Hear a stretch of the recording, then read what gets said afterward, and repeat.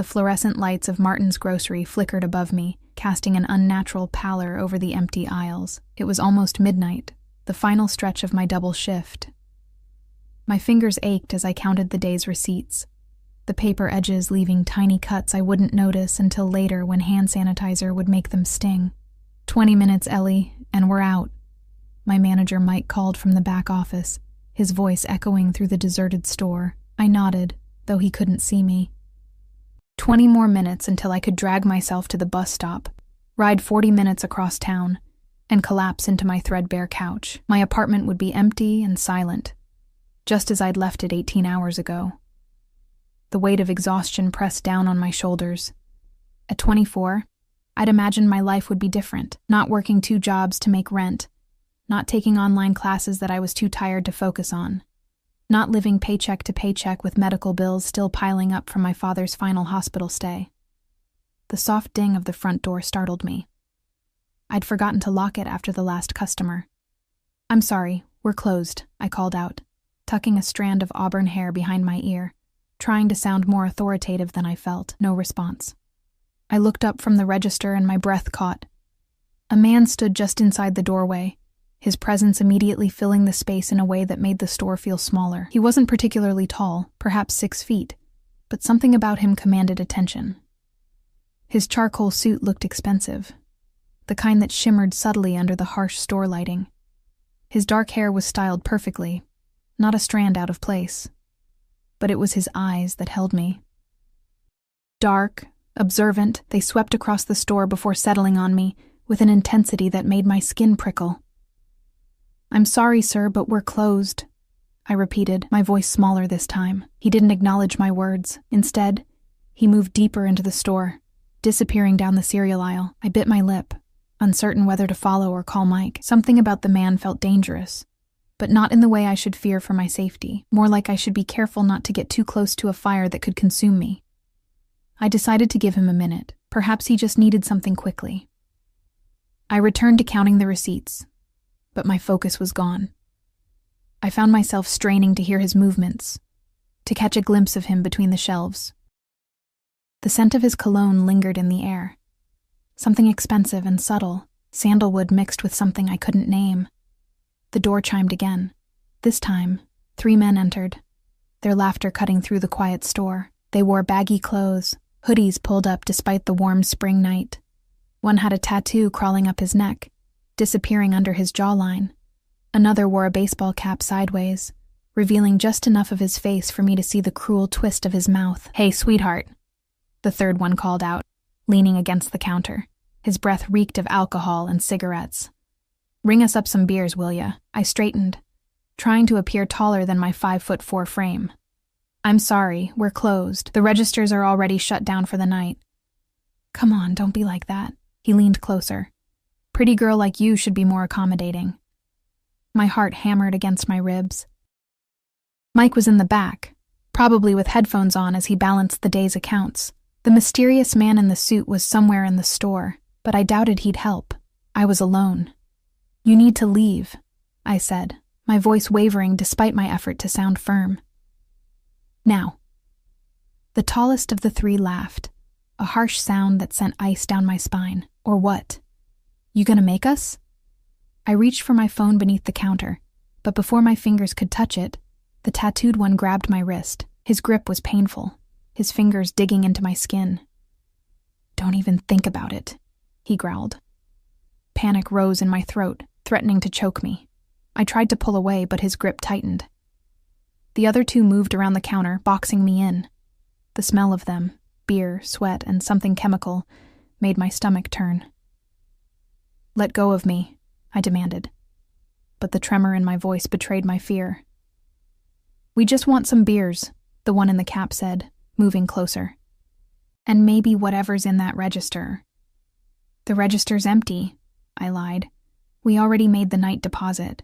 The one holding my wrist twisted it slightly, making me gasp. "Don't lie to us, sweetheart. That's not nice." I was about to scream for Mike when a voice cut through the tension.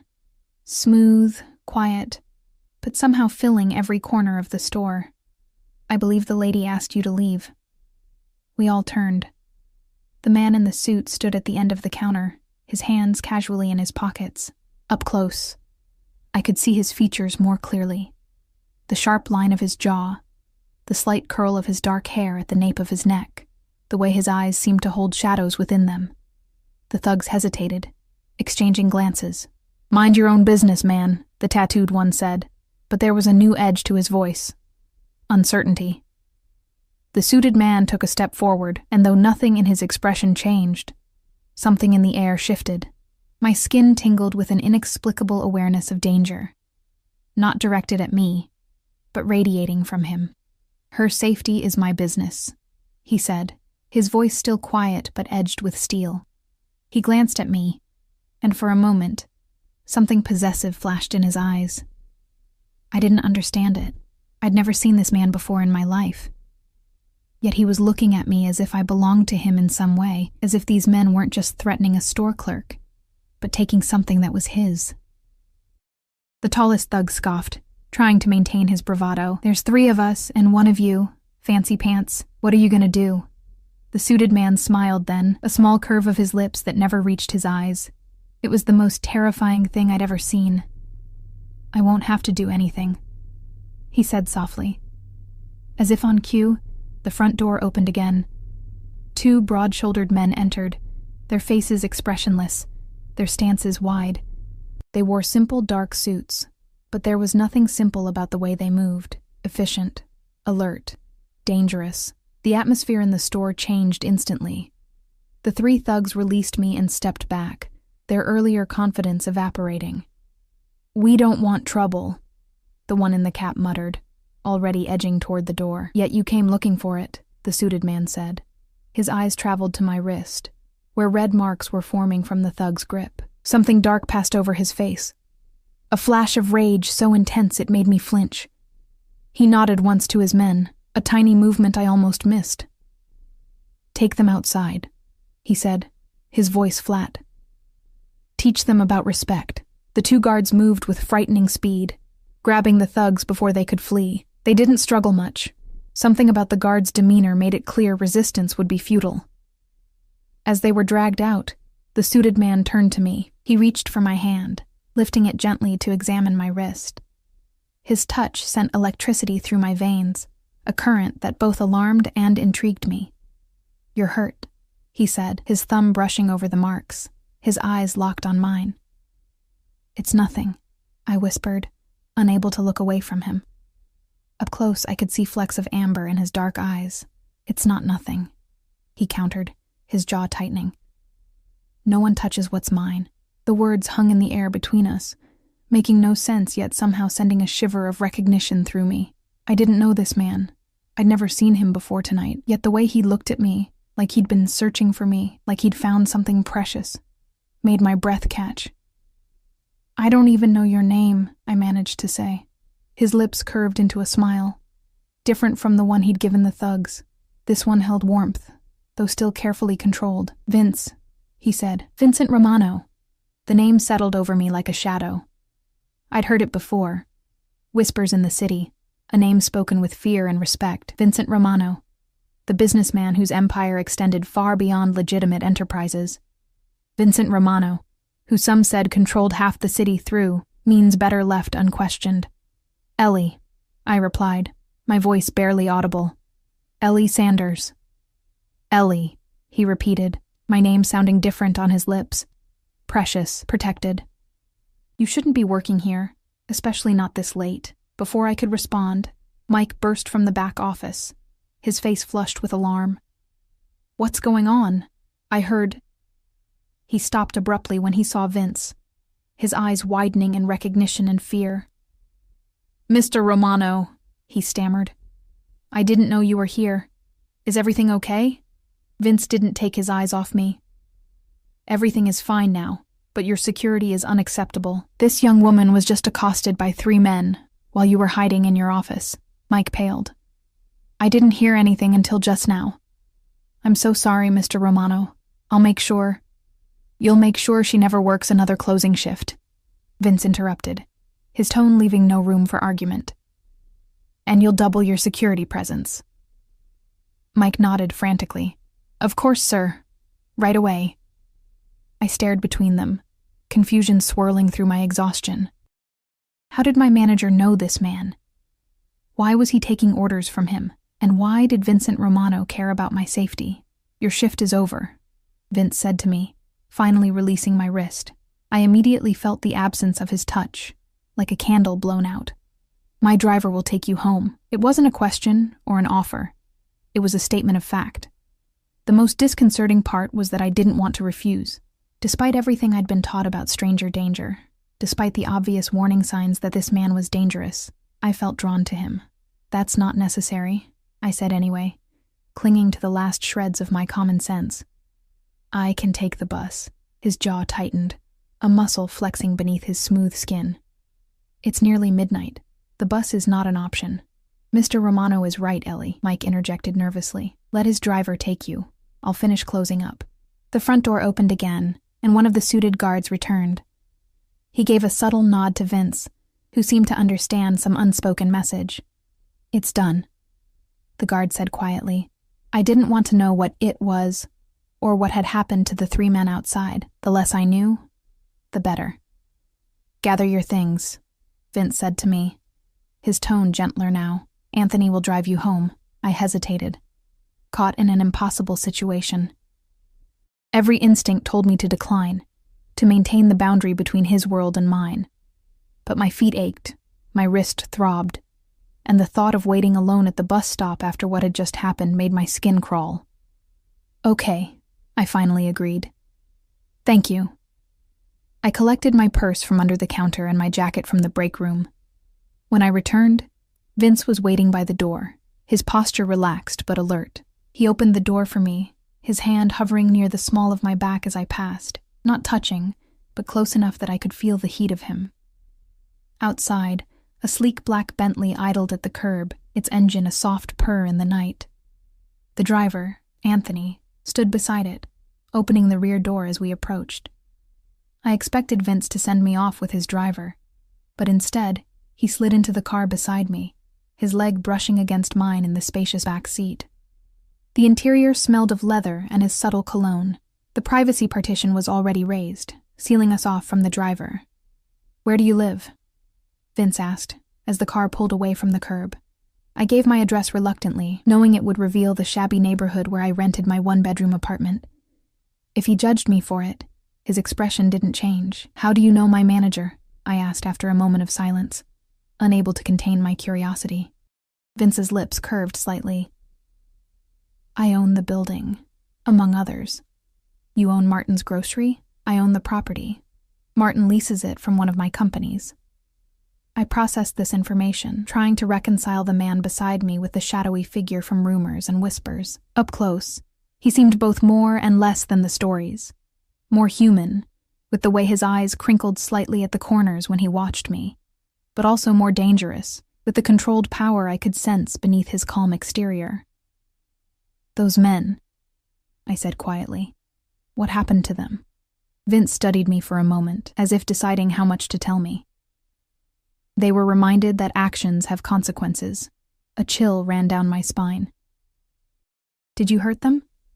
They hurt you, he replied, as if that answered everything.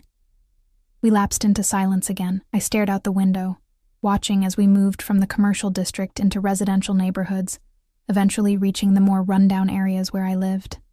I felt embarrassed as we pulled up to my apartment building with its cracked concrete steps and graffiti-tagged mailboxes, but Vince's expression remained neutral. Thank you for the ride, I said, reaching for the door handle. His hand closed over mine, stopping me. Wait for Anthony to open it. He'll walk you to your door. That's really not... Please, Ellie. There was something in his voice, not quite vulnerability, but a crack in his composed facade. Humor me. I nodded, oddly touched by his concern despite its intensity. True to his word, Anthony opened my door and escorted me to the building entrance. I fumbled for my keys, acutely aware of Vince watching from the car, his silhouette visible through the window. Thank you, I said to Anthony, who nodded silently. As I unlocked my door, Vince's window lowered. Ellie, he called softly. I turned back, the streetlight illuminating half his face, leaving the other in shadow. "I'll see you again," he said. Not a question, not a request. A promise that should have frightened me, but instead sent warmth spreading through my chest. I didn't respond, just slipped inside and closed the door behind me. I leaned against it, listening as the Bentley's engine faded into the distance, leaving me alone with questions I couldn't answer and a feeling I couldn't name. I didn't know then that this night, this chance encounter, would change everything. I didn't know that Vincent Romano had just claimed me in ways I couldn't yet understand. I didn't know that by saving me, he had entangled me in a world I was never meant to enter. I only knew that as I finally sank onto my couch, exhausted yet strangely alert, I couldn't stop seeing his eyes, feeling his touch on my wrist, hearing his words. "No one touches what's mine." I didn't belong to anyone. I never had. So why did those words feel like coming home? Sleep evaded me that night. I tossed and turned, replaying every moment with Vincent Romano in my mind. His eyes, his voice, the possessive way he'd looked at me. It all felt like a dream, too surreal to have actually happened. But the fading red marks on my wrist hold a different story. By morning, I'd convinced myself I was overreacting. Vincent Romano was simply a powerful businessman who happened to be in the right place at the right time. His protection was nothing more than basic human decency, his intensity merely his natural demeanor. The "what's mine" comment was just a figure of speech. I repeated these rationalizations as I got ready for my morning shift at Rena's diner, my second job. The familiar routine of pulling on my pale blue uniform and tying my hair back grounded me in reality, washing away the surreal events of the previous night. The diner was already bustling when I arrived. The morning rush of commuters seeking coffee and breakfast before work. I dove into the chaos, grateful for the distraction. For a few hours, I was just Ellie the waitress again, balancing plates and memorizing orders, not the girl who'd caught the attention of Vincent Romano. "You seem distracted today, Margot," the 60-year-old cook with arms strong from decades of flipping pancakes, commented as I picked up an order. "Long night," I replied, forcing a smile. "Double shift at the grocery store." She clucked her tongue sympathetically. "You work too hard, sweetie. You're young. You should be out having fun, not killing yourself for minimum wage." If only she knew how exciting my night had actually been. The morning rush had just begun to subside when the bell above the door chimed. I was wiping down a recently vacated table, my back to the entrance, but something in the sudden hush that fell over the diner made me turn. Vincent Romano stood in the doorway, as out of place in the Greasy Spoon diner as a wolf among sheep. He wore a different suit today, navy blue, perfectly tailored to his athletic frame. Behind him, one of his guards, not Anthony, but equally imposing, surveyed the room with practiced efficiency. My heart stuttered in my chest. What was he doing here? How did he even know where I worked? His eyes found me immediately, as if drawn by some invisible thread. A small smile curved his lips as he made his way toward me, patrons shifting instinctively to clear his path. "Ellie," he said, my name like silk on his tongue. "Good morning." "Mr. Romano," I managed, clutching my rag like a lifeline. "What are you doing here?" He raised an eyebrow, amused by my directness. "Having breakfast, I hope, and please call me Vince." "Right," I said, flustered. "Of course, this way." I led him to a booth in the corner, away from the windows, choosing it instinctively, somehow knowing he'd prefer privacy. His bodyguard took a position near the door, standing with his back to the wall, eyes constantly scanning. Vince slid into the booth with effortless grace. Up close, in the harsh fluorescent lighting of the diner, he should have looked less intimidating than he had in the dim grocery store. Instead, the daylight only accentuated his features. The sharp line of his jaw, the intensity of his dark eyes, the subtle power evident in every movement. "Coffee?" I asked, falling back on waitress autopilot. "Please." He nodded, his eyes never leaving my face. I returned with the coffee pot, painfully aware of every eye in the diner watching us. My hand trembled slightly as I poured, and when I set down the mug, his fingers brushed against mine. Deliberately, I was certain. "How's your wrist?" he asked, nodding toward the faint marks that remained. "Fine," I replied automatically. It was nothing, really. His jaw tightened, a muscle flexing beneath his smooth skin. It wasn't nothing, Ellie. I swallowed hard. What happened to those guys? Vince took a sip of his coffee, his expression unreadable. They won't bother you again. The way he said it sent a chill down my spine. Not from fear for myself, but from the certainty that those 3 men had experienced something terrible. Are you ready to order? I asked, desperate to shift back to safer ground. What do you recommend? The blueberry pancakes are good, I offered. Or the Denver omelet. I'll have whatever you like best, he said, handing me back the menu without looking at it. The French toast, then, with strawberries. He nodded, seemingly pleased by my choice. Perfect. As I turned to place his order, he caught my hand. When do you finish here today? My pulse quickened. 2:00. Why? I'd like to take you to dinner tonight. It wasn't a question, not really. But it wasn't a command either. There was something in his eyes, a hint of vulnerability beneath the confidence, that made me hesitate. I don't think that's a good idea, I said quietly. His thumb traced circles on the back of my hand, sending shivers up my arm. Why not? Because you're dangerous. Because you're obviously involved in something illegal. Because the way you look at me terrifies and thrills me in equal measure. I don't even know you, I said instead. His lips curved into a smile. That's precisely why dinner would be appropriate. To get to know each other. Mr. Romano, Vince, I appreciate what you did last night, but I'll pick you up at 7, he interrupted gently, releasing my hand. Wear something nice. Before I could protest further, Margot called from the kitchen. Order up, Ellie. I hurried away, my thoughts in turmoil. By the time I returned with his food, I'd formulated a firm but polite rejection. But the words died on my lips when I saw him on his phone, speaking quietly but intensely. I don't care what it costs, he was saying, his voice low. Find out who owns her debt and buy it. All of it. By tonight.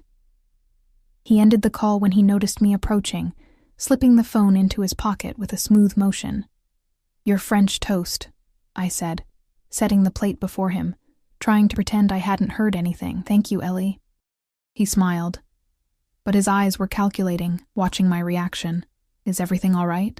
Were you talking about me just now? I blurted, unable to contain myself. About buying my debt? A flash of surprise crossed his face, quickly replaced by something like admiration. You're observant. Answer the question, I insisted, forgetting for a moment who I was speaking to. Instead of being angered by my demand, he seemed almost pleased. Yes.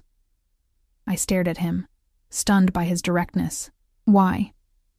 Because it bothers me to think of you working 2 jobs to pay off debts that aren't even yours, he said simply. I sank into the seat opposite him, my legs suddenly unsteady.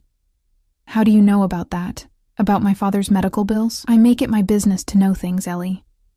He cut into the French toast, taking a bite and nodding appreciatively. This is excellent. You can't just buy my debt, I said, my voice barely above a whisper.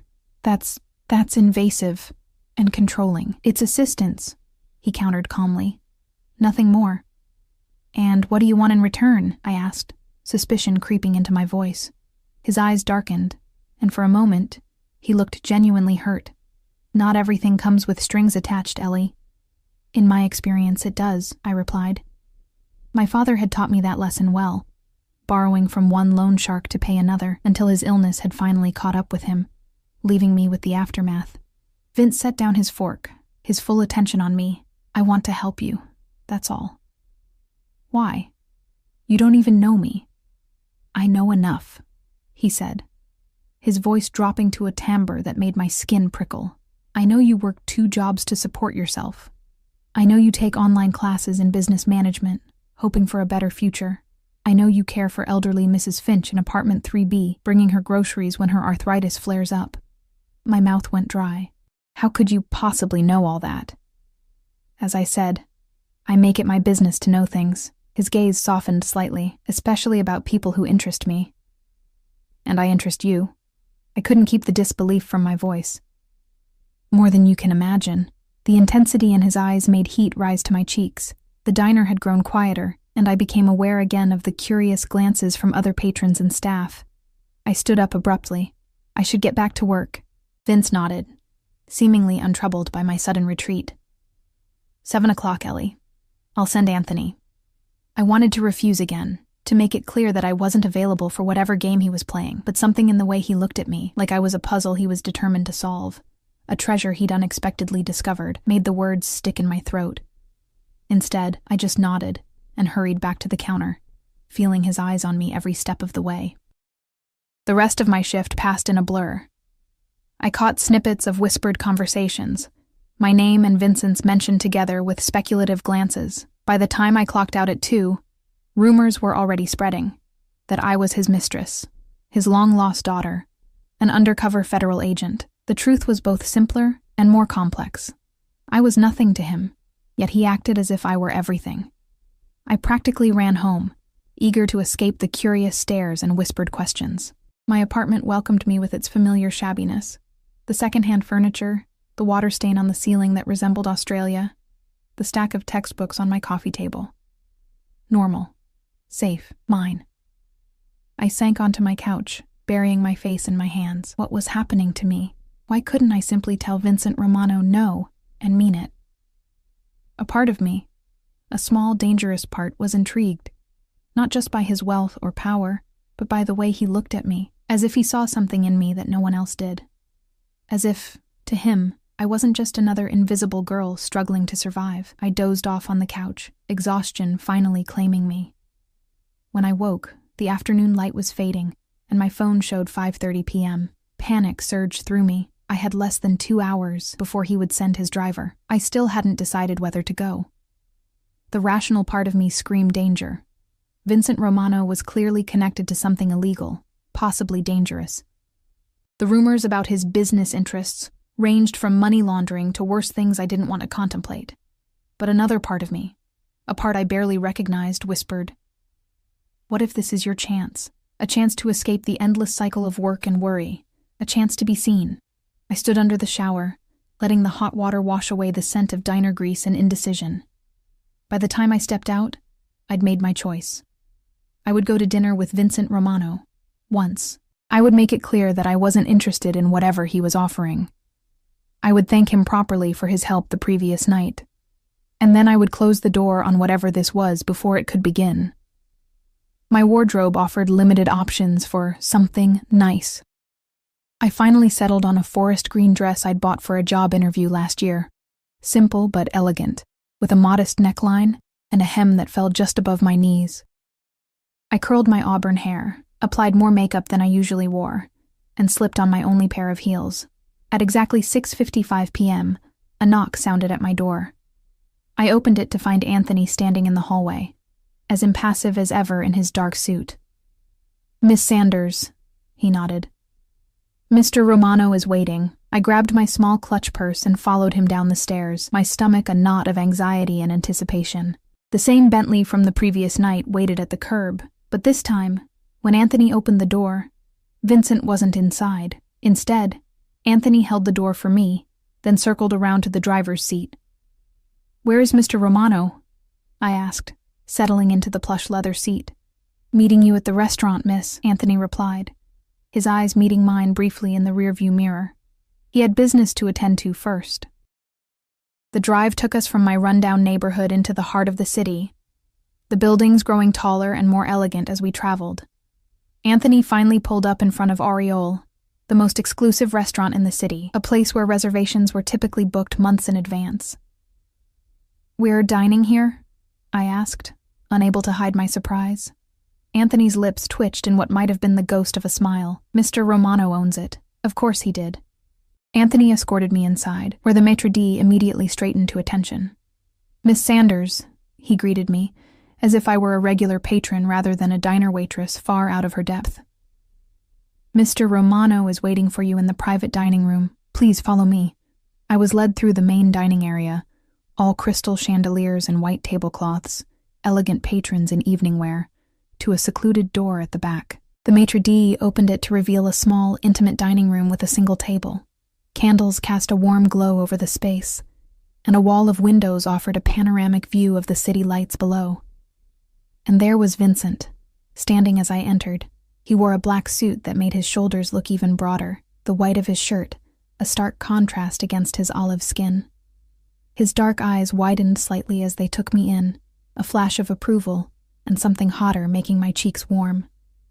"Ellie," he said, moving forward to take my hand. "You look stunning." "Thank you," I murmured, suddenly self-conscious. "This place is beautiful. I'm glad you like it." He guided me to the table, pulling out my chair with old-world courtesy. As he took his seat opposite me, I noticed we were alone in the room. No waitstaff, no bodyguards, just the two of us, candlelight, and the glittering city beyond the glass. "I wasn't sure you'd come," Vince said, his eyes never leaving mine as he poured wine into my glass, a deep red that caught the candlelight like liquid rubies. "Neither was I admitted. His lips curved into that small smile that transformed his face, making him look younger, almost boyish. "Yet here you are." "Yet here I am," I echoed, taking a sip of the wine. It was exquisite, unlike anything I'd ever tasted, rich and complex. "I wanted to talk to you about your debt," he said, cutting straight to the point. "It's been taken care of." I set down my glass with a sharp click. "I didn't agree to that." "You didn't have to," he replied calmly. "It's done." "You can't just—" "I can," he interrupted gently. "And I did. Your father's medical bills, your student loans, the credit card debt, all of it." I stared at him, speechless. The amount was substantial, over $70,000 in total. Money I'd been struggling to pay off for 3 years, working myself to exhaustion. "Why?" I finally managed. Vince leaned forward, his dark eyes intense. "Because I want you to be free, Ellie. Free to finish your degree, free to pursue your dreams, free of the burden your father left you." "You don't even know me," I whispered, echoing my words from earlier. "I know enough," he repeated, his voice dropping to that timbre that seemed to resonate in my bones. "I know that when those men threatened you last night, you didn't cower. You stood your ground, despite your fear. I know that you worked 2 jobs without complaint, supporting yourself and helping others despite your own struggles. I know that you have fire in you, Ellie Sanders. Fire that shouldn't be smothered by debt that isn't even yours." His words washed over me, more intoxicating than the wine.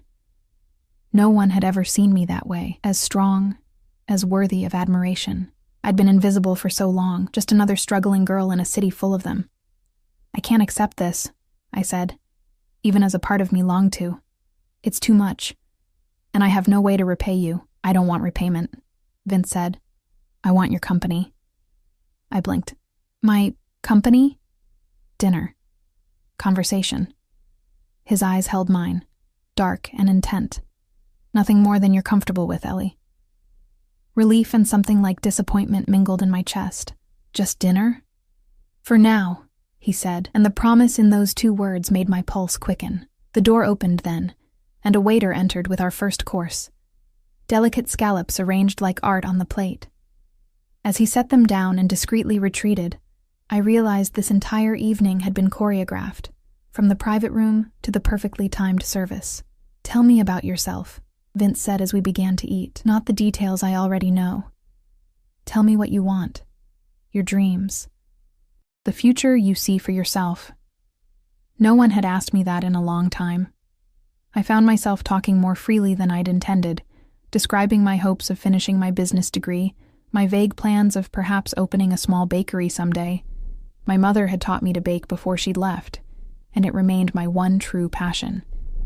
Vince listened with genuine interest, asking questions that revealed he was truly engaged. As the courses came and went, each more exquisite than the last, I found myself relaxing, the wine and his attention loosening something tight within me. "And what about you?" I finally asked. "What does Vincent Romano want from life?" A shadow passed over his face, so quickly I almost missed it. "What every man wants, I suppose. Success, security." His eyes met mine across the candlelight. Someone to share it with. The intensity of his gaze made heat pool low in my belly. I looked away, focusing on the city lights beyond the window. "And is that why I'm here? Because you're lonely? You're here because from the moment I saw you, I haven't been able to think of anything else." he said, his honesty catching me off guard. Because something about you calls to something in me, Ellie. I don't expect you to understand it. I barely do myself. I met his eyes again, searching for deception and finding none. This is crazy, I whispered. You know that, right? Normal people don't just claim strangers in grocery stores. They don't buy their debt or take them to exclusive restaurants after knowing them for a day. I've never claimed to be normal, he replied with a small shrug, and what happened between us wasn't normal either. You felt it too. Don't deny it. I couldn't deny it. From the moment he'd walked into Martin's grocery, something had shifted in my world, as if his presence had rearranged the very atoms around me. I'm not denying it, I said softly. I'm just trying to understand it. Some things defy understanding, Ellie. They simply are. Dessert arrived, a delicate chocolate soufflé that melted on my tongue. As I savored it, I realized with a start that I was enjoying myself. More than that, I felt alive in a way I hadn't in years. When the meal concluded, Vince stood and offered his hand. There's something I want to show you. I placed my hand in his, allowing him to lead me from the private dining room, through a service corridor, and into an elevator. He pressed the button for the roof, his body close enough that I could feel his warmth, smell the subtle cologne that was becoming familiar. The elevator opened onto a rooftop garden, a hidden oasis above the city, with potted trees strung with tiny lights, flower beds releasing their fragrance into the night air, and a small reflecting pool that mirrored the stars above. This is beautiful, I breathed, taking it all in. Do all your restaurants have secret gardens? Just this one, Vince said, leading me to a bench near the pool. I come here sometimes to think, to escape.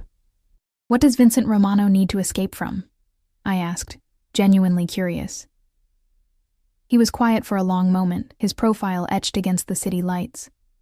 Expectations, responsibilities, the weight of the empire my father built and I inherited. For the first time, I glimpsed something beneath the powerful exterior, a man with burdens of his own, perhaps as heavy as mine in their own way. Is that why you helped me?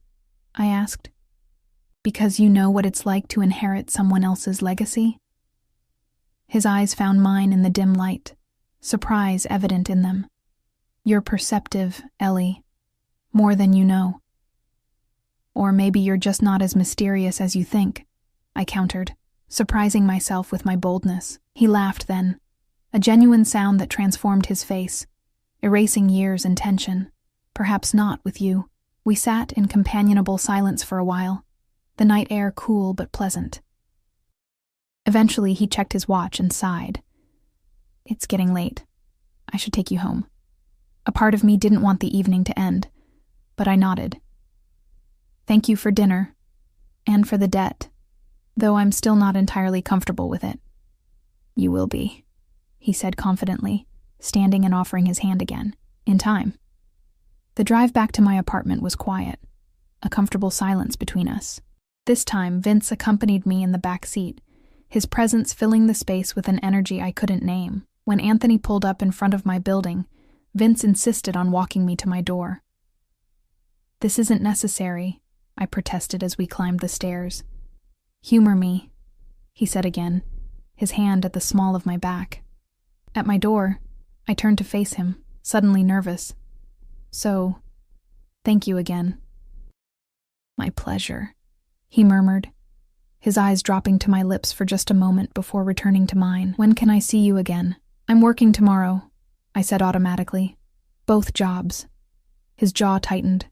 You don't need to work those jobs anymore, Ellie. Your debt is cleared. I still have rent to pay, and I like being independent. Something like admiration flickered in his eyes. Of course. But perhaps just one job would suffice? The diner, perhaps. It seems safer. I thought of Mike's fearful deference the night before. Did you speak to my manager at the grocery store? I did, Vince admitted without apology. Your safety is non-negotiable. I should have been angry at his interference, but instead I found myself touched by his concern. One job would give me more time for classes, I conceded. His smile was worth the compromise. Tomorrow evening, then? After your shift? I hesitated, then nodded. Okay, Vince stepped closer, his hand coming up to cup my cheek. My breath caught as he leaned in, but instead of kissing my lips, he pressed a gentle kiss to my forehead. "Good night, Ellie," he whispered, his breath warm against my skin. "Good night, Vince," I replied, my voice unsteady.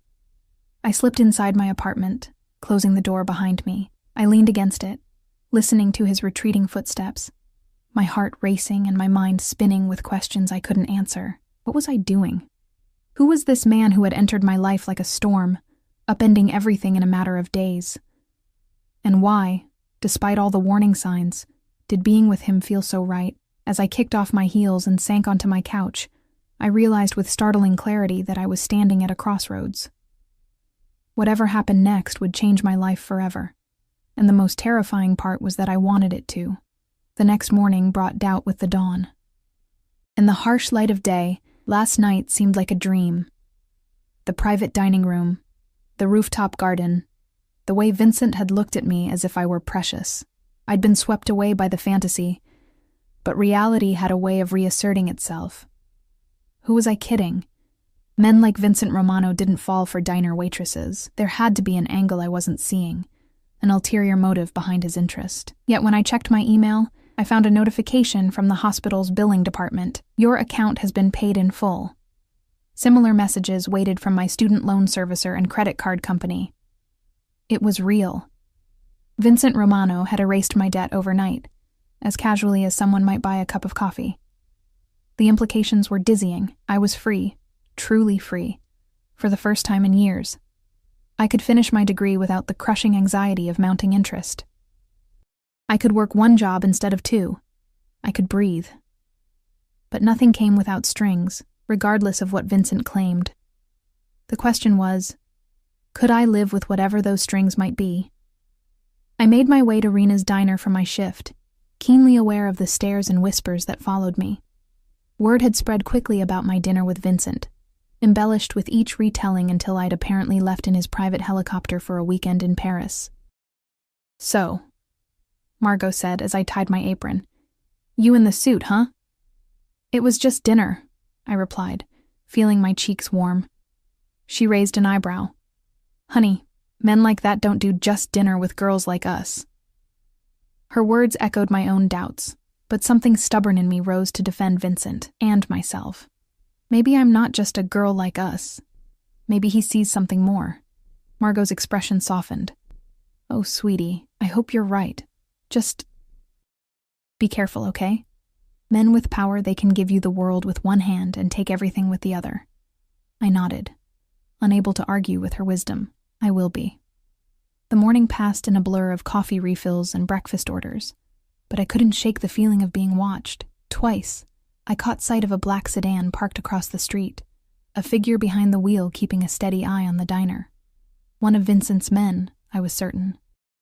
Around noon, my phone vibrated with a text from an unknown number. "Lunch break? Look outside. V." My heart skipped as I peered through the window. The black Bentley idled at the curb, Vincent leaning against it in a charcoal suit that made heads turn.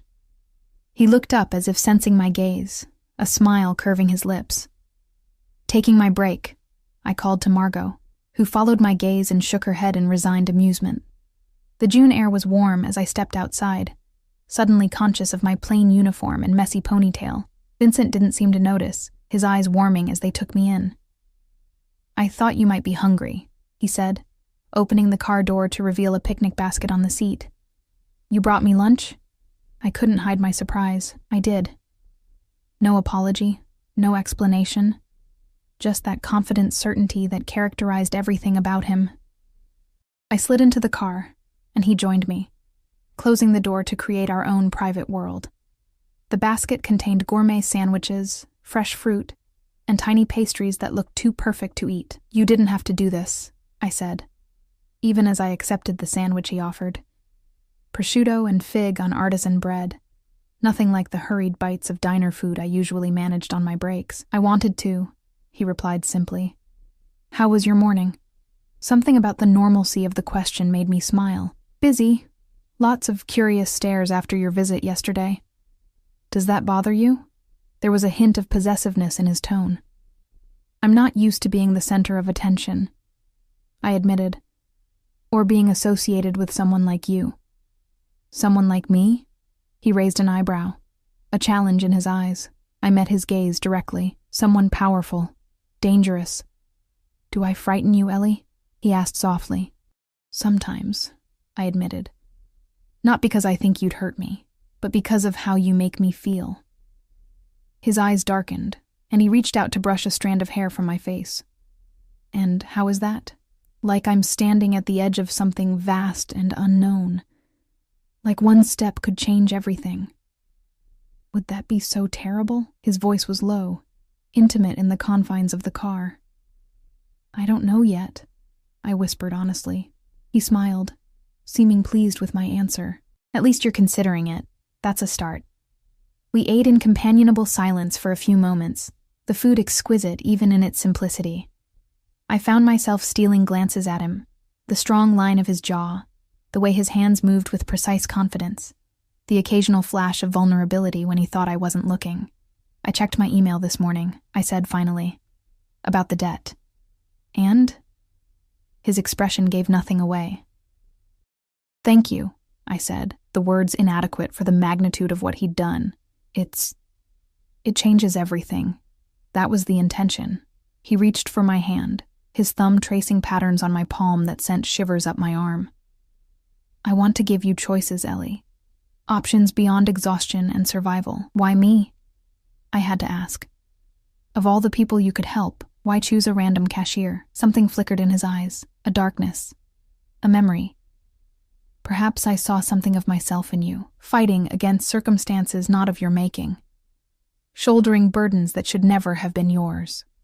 For a moment, I glimpsed a different Vincent, not the powerful businessman or the dangerous figure from whispered rumors, but a man who understood struggle, who recognized the weight of inherited responsibility. What happened to your father? I asked impulsively. You mentioned inheriting his legacy. Vincent went still, his expression shuddering slightly. My father built an empire from nothing. He came to this country with empty pockets and burning ambition. Everything we have, he created through sheer force of will. A shadow passed over his face.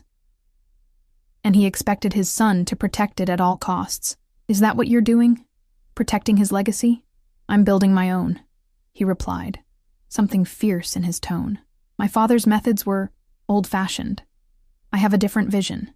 I wanted to ask more, to unravel the complex man beside me, but my break was nearly over. I should get back, I said reluctantly. Vincent nodded but made no move to open the door. I have meetings this afternoon, but I'd like to see you this evening. Let me send Anthony for you after your shift. It wasn't quite a question, but neither was it a command. There was room for me to refuse, though we both knew I wouldn't. Okay, I agreed. I'm done at 6. He smiled, that transformative expression that made him look younger, less guarded. Perfect. As he leaned in, I thought for a moment he might kiss me. Properly this time, not the chaste forehead kiss of the previous night. My lips parted instinctively, but he only brushed his thumb across my lower lip, his eyes darkening with intent. Until tonight, he murmured. I returned to the diner in a daze, my lips still tingling from his touch. Margot took one look at my face and sighed. You're in deep, aren't you, sweetie? I couldn't deny it. Whatever was happening between Vincent and me, I was already past the point of easy retreat. The afternoon dragged endlessly. I found myself watching the clock, anticipation building with each passing hour. By the time 6 o'clock approached, I was practically vibrating with nervous energy. I changed in the diner's cramped bathroom, swapping my uniform for a simple sundress I'd brought, white with small blue flowers, more casual than last night's attire but still pretty. I let my hair down, applied a touch of lipstick, and tried to calm my racing heart. Anthony was waiting outside precisely at 6, as punctual as his employer. He held the door with a respectful nod, his expression as impassive as ever. Where are we going? I asked as we pulled away from the curb. Mr. Romano's home, Anthony replied, his eyes meeting mine briefly in the rearview mirror. My pulse quickened. Vincent's home. Not a restaurant or public place, but his private domain. The implications were impossible to ignore. We drove out of the city, the urban landscape giving way to lush suburbs and eventually a winding private road flanked by ancient oak trees. Security cameras were mounted discreetly at intervals, and when we reached a towering wrought iron gate, Anthony merely nodded to the guard who promptly opened it for us. The house, mansion, really, appeared through the trees, a modern structure of glass and stone that somehow complemented, rather than competed with its natural surroundings. Water features flanked the circular driveway, their gentle burbling creating an atmosphere of tranquility. Romano designed it himself, Anthony offered, surprising me with the voluntary information as he caught my wide-eyed stare. It's beautiful, I murmured, taking in the clean lines and expansive windows that reflected the early evening sky. Anthony led me to the front entrance, massive double doors of dark wood and frosted glass. Before he could open them, they swung inward to reveal Vincent, jacket off, sleeves rolled to reveal strong forearms, his usual polished appearance slightly relaxed. "Ellie," he said, his eyes warming as they took me in. "Welcome." Anthony retreated silently as Vincent ushered me inside. The foyer opened into a great room with soaring ceilings and walls of glass that framed the surrounding woods. The decor was minimal but luxurious. Leather, steel, and warm woods, creating an atmosphere that was both masculine and inviting. "Your home is amazing," I said, turning slowly to take it all in. "I'm glad you like it." Vincent watched me with an intensity that made me self-conscious. "Would you like a tour?" He showed me through the main floor, a chef's kitchen, where a middle-aged woman was preparing something that smelled divine, a dining room with a table that could seat 20, a library with floor-to-ceiling bookshelves. Each room was impeccably designed, beautiful, but not ostentatious. "Do you live here alone?" I asked as we moved to the rear of the house, where glass doors opened onto a stone terrace. "My staff lives in a separate wing," Vincent replied. "But yes, essentially, there was something lonely in the admission. This powerful man in his perfect, empty house. It must get quiet," I observed. He glanced at me, something vulnerable in his eyes. "It does. Though I've grown accustomed to it. No family? No girlfriend?" I ventured, immediately regretting the transparency of the question. Vincent's lips curved in a slight smile. "No girlfriend. My parents are deceased. I have a younger sister, Sophia, but she lives in Europe. We're not close." The hesitation told me there was a story there, but before I could ask, he gestured to the terrace. "Would you like to sit outside? The evening is pleasant." The terrace overlooked a stunning infinity pool that seemed to merge with the forest beyond. We settled on comfortable outdoor furniture, and a young man appeared silently with a tray of drinks. Something amber for Vincent, a delicate pink cocktail for me. "I hope you like gin," Vincent said, nodding toward my glass. "James makes an excellent elderflower spritz. The drink was perfect, light, floral, with just enough alcohol to ease my nerves without clouding my judgment." As the sun began its slow descent, casting golden light through the trees, I felt myself relaxing into the surreal experience of sitting with Vincent Romano in his private kingdom. "Why did you invite me here?" I asked finally, setting my empty glass aside. Vincent studied me, his dark eyes unreadable in the fading light. "Because I wanted you to see me, not just the man in the restaurant or the businessman in the car. Me, in my element." "And who is that?" I leaned forward, genuinely curious. "Who is Vincent Romano when no one's watching?" "A man with responsibilities," he replied after a moment. "A man with power he never particularly wanted but has learned to wield. A man who, until recently, had resigned himself to a certain kind of solitude." "Until recently?" I couldn't help asking, my heart quickening. His eyes held mine, intense and unwavering. "Until you." The simple declaration hung in the air between us, charged with meaning. I struggled to understand what he was offering, what he wanted from me. "Vincent," I began, my voice soft, I don't belong in this world. I'm just a waitress with too much student debt and a tiny apartment." "You belong wherever you choose to belong," he countered, leaning forward to take my hand. And you're far more than just anything, Ellie. The conviction in his voice made something in my chest tighten. What is this? Between us? I need to understand what you want. Everything, he said simply. I want to know you, Ellie. I want to protect you, to give you the world if you'll let me. I want to wake up with you, and fall asleep with you, and build something real in between. My breath caught. You barely know me. I know enough, he repeated, his mantra from our previous encounters. I know that from the moment I saw you standing your ground against those thugs. Something in me recognized something in you. Call it chemistry, fate, whatever you like. It doesn't change what I feel. And what's that? I whispered. Possessiveness, he admitted without shame. Fascination. Desire. His thumb traced circles on my palm. The certainty that you're meant to be mine. I should have been frightened by his intensity, but instead, I felt an answering call within me, a recognition of something primal and undeniable between us. I'm not a possession, I said, needing to establish that boundary. No, he agreed readily. You're a partner, an equal, but that doesn't change my desire to claim you, to protect what's mine. The word mine sent a shiver through me that had nothing to do with fear. There was something darkly thrilling about being wanted so completely by a man like Vincent Romano. Dinner is ready, sir, a voice interrupted. The chef stood in the doorway, her expression professionally neutral. Vincent nodded, releasing my hand reluctantly. Thank you, Maria. He led me to a smaller, more intimate dining area than the formal room he'd shown me earlier. A table for two was set by windows overlooking a Japanese-inspired garden, illuminated by subtle lighting. Candles flickered on the table and soft music played from hidden speakers.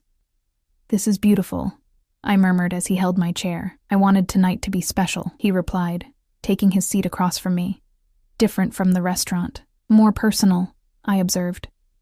Yes. No pretense, no games.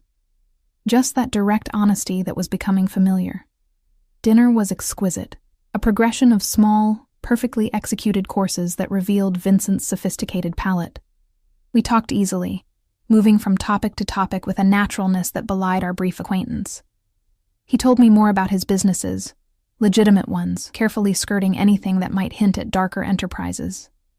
I shared stories from my childhood, my dreams of opening a bakery, my relationship with my father before his gambling problem consumed him. He wasn't a bad man, I found myself explaining as we lingered over dessert, a delicate chocolate creation that melted on my tongue. Just weak, addicted. After Mom left, he spiraled. Weakness can be as destructive as malice, Vincent observed, his expression somber. Sometimes more so. You sound like you speak from experience.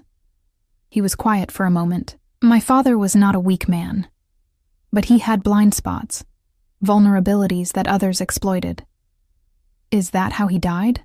I asked gently. Vincent's jaw tightened. He was murdered. A rival organization. I was 22, just finishing business school. My hand covered his instinctively. I'm so sorry. It was 10 years ago, he said, his voice carefully controlled. I've built something different since then. Something legitimate, sustainable. There it was. The first acknowledgement, however oblique, of his family's criminal past. I should have been frightened, should have made my excuses and left. Instead, I found myself drawn deeper into his world, fascinated by the complexities of the man across from me. And your mother? I asked. Died when I was 16, cancer. His expression softened with genuine grief. She was the heart of our family. After she was gone, my father became harder, colder. And you? I ventured. Did you become harder too? Vincent's eyes met mine, something vulnerable in their depths. I built walls. It seemed safer that way. And now? I whispered. Now I'm sitting across from a woman who makes me want to tear them down, he replied, his honesty disarming.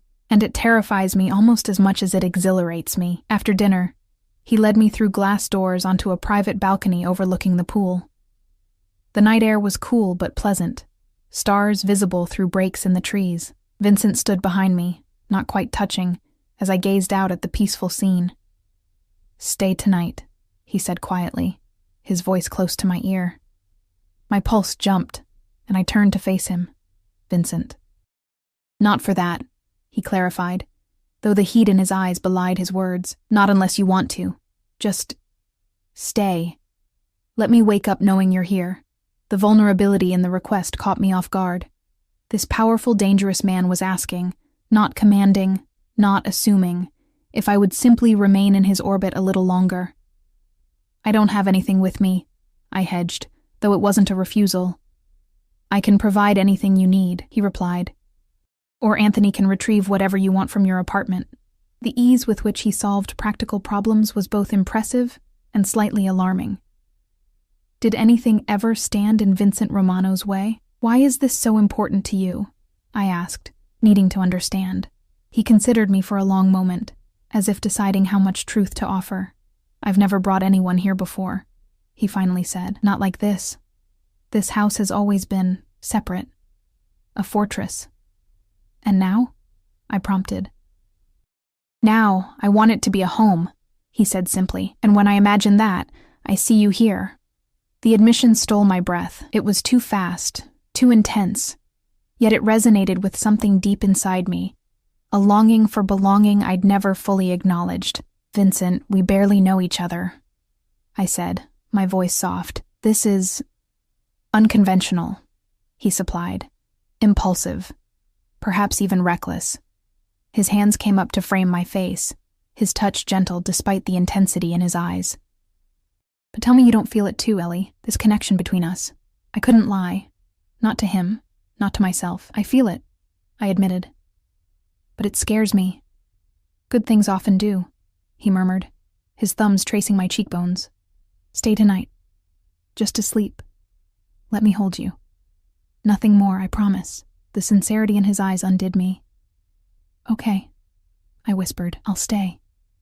The smile that transformed his face was worth any risk, any uncertainty.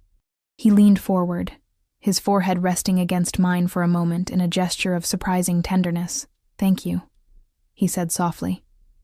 He led me back inside, through corridors of his vast home, to a wing I hadn't seen before. The master suite was exactly what I might have expected. Spacious, masculine, elegant without being showy. A massive bed dominated one wall, facing windows that would offer stunning views by daylight. The bathroom's through there, Vincent said, gesturing to a door. You'll find everything you need. I can give you something to sleep in. He moved to a walk-in closet, returning with a soft t-shirt. It will be too big, but it should be comfortable. I accepted it, suddenly shy. Thank you. I'll give you privacy, he said, reading my discomfort. Join me downstairs when you're ready, perhaps a glass of wine before bed? I nodded, grateful for the space to collect myself. When he'd gone, I explored the bathroom, a marble and glass sanctuary with a shower that could fit 5 people and a soaking tub positioned to take advantage of the forest view. High-end toiletries lined the counter, and fluffy towels waited on heated racks. I showered quickly, letting the multiple jets wash away the last of my uncertainty. This was happening.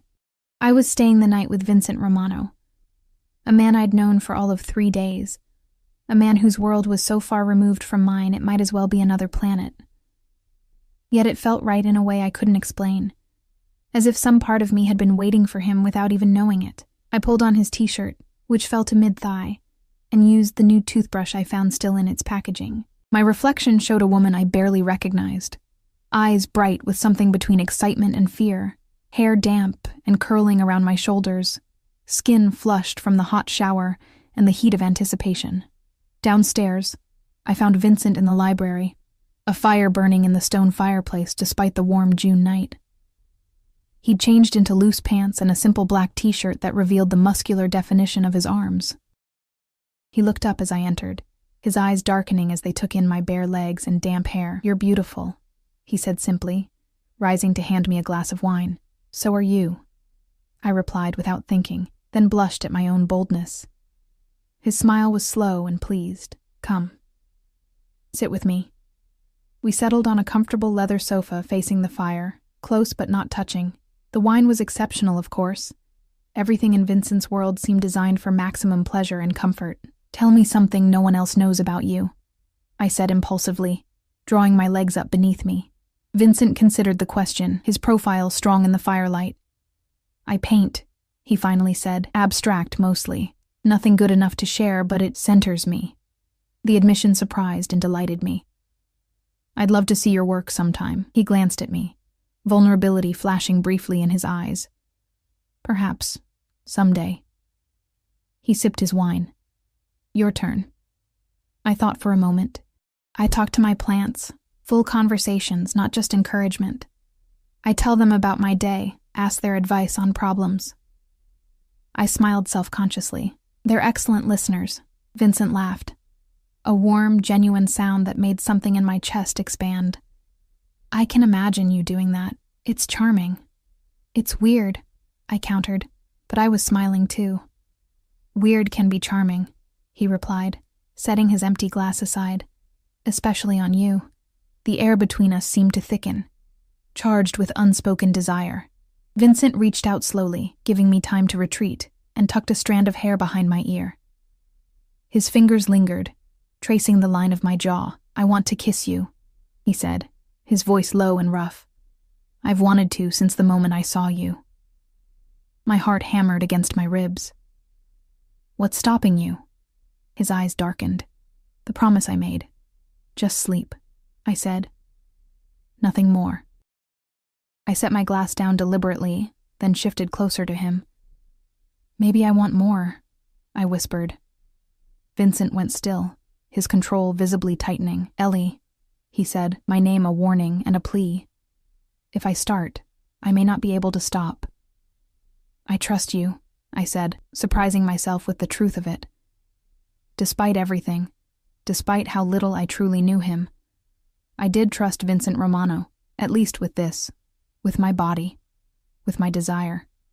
He searched my face, looking for any sign of hesitation. Finding none, he leaned forward, one hand cupping my cheek as his lips finally met mine. The kiss began gently, a question, an exploration.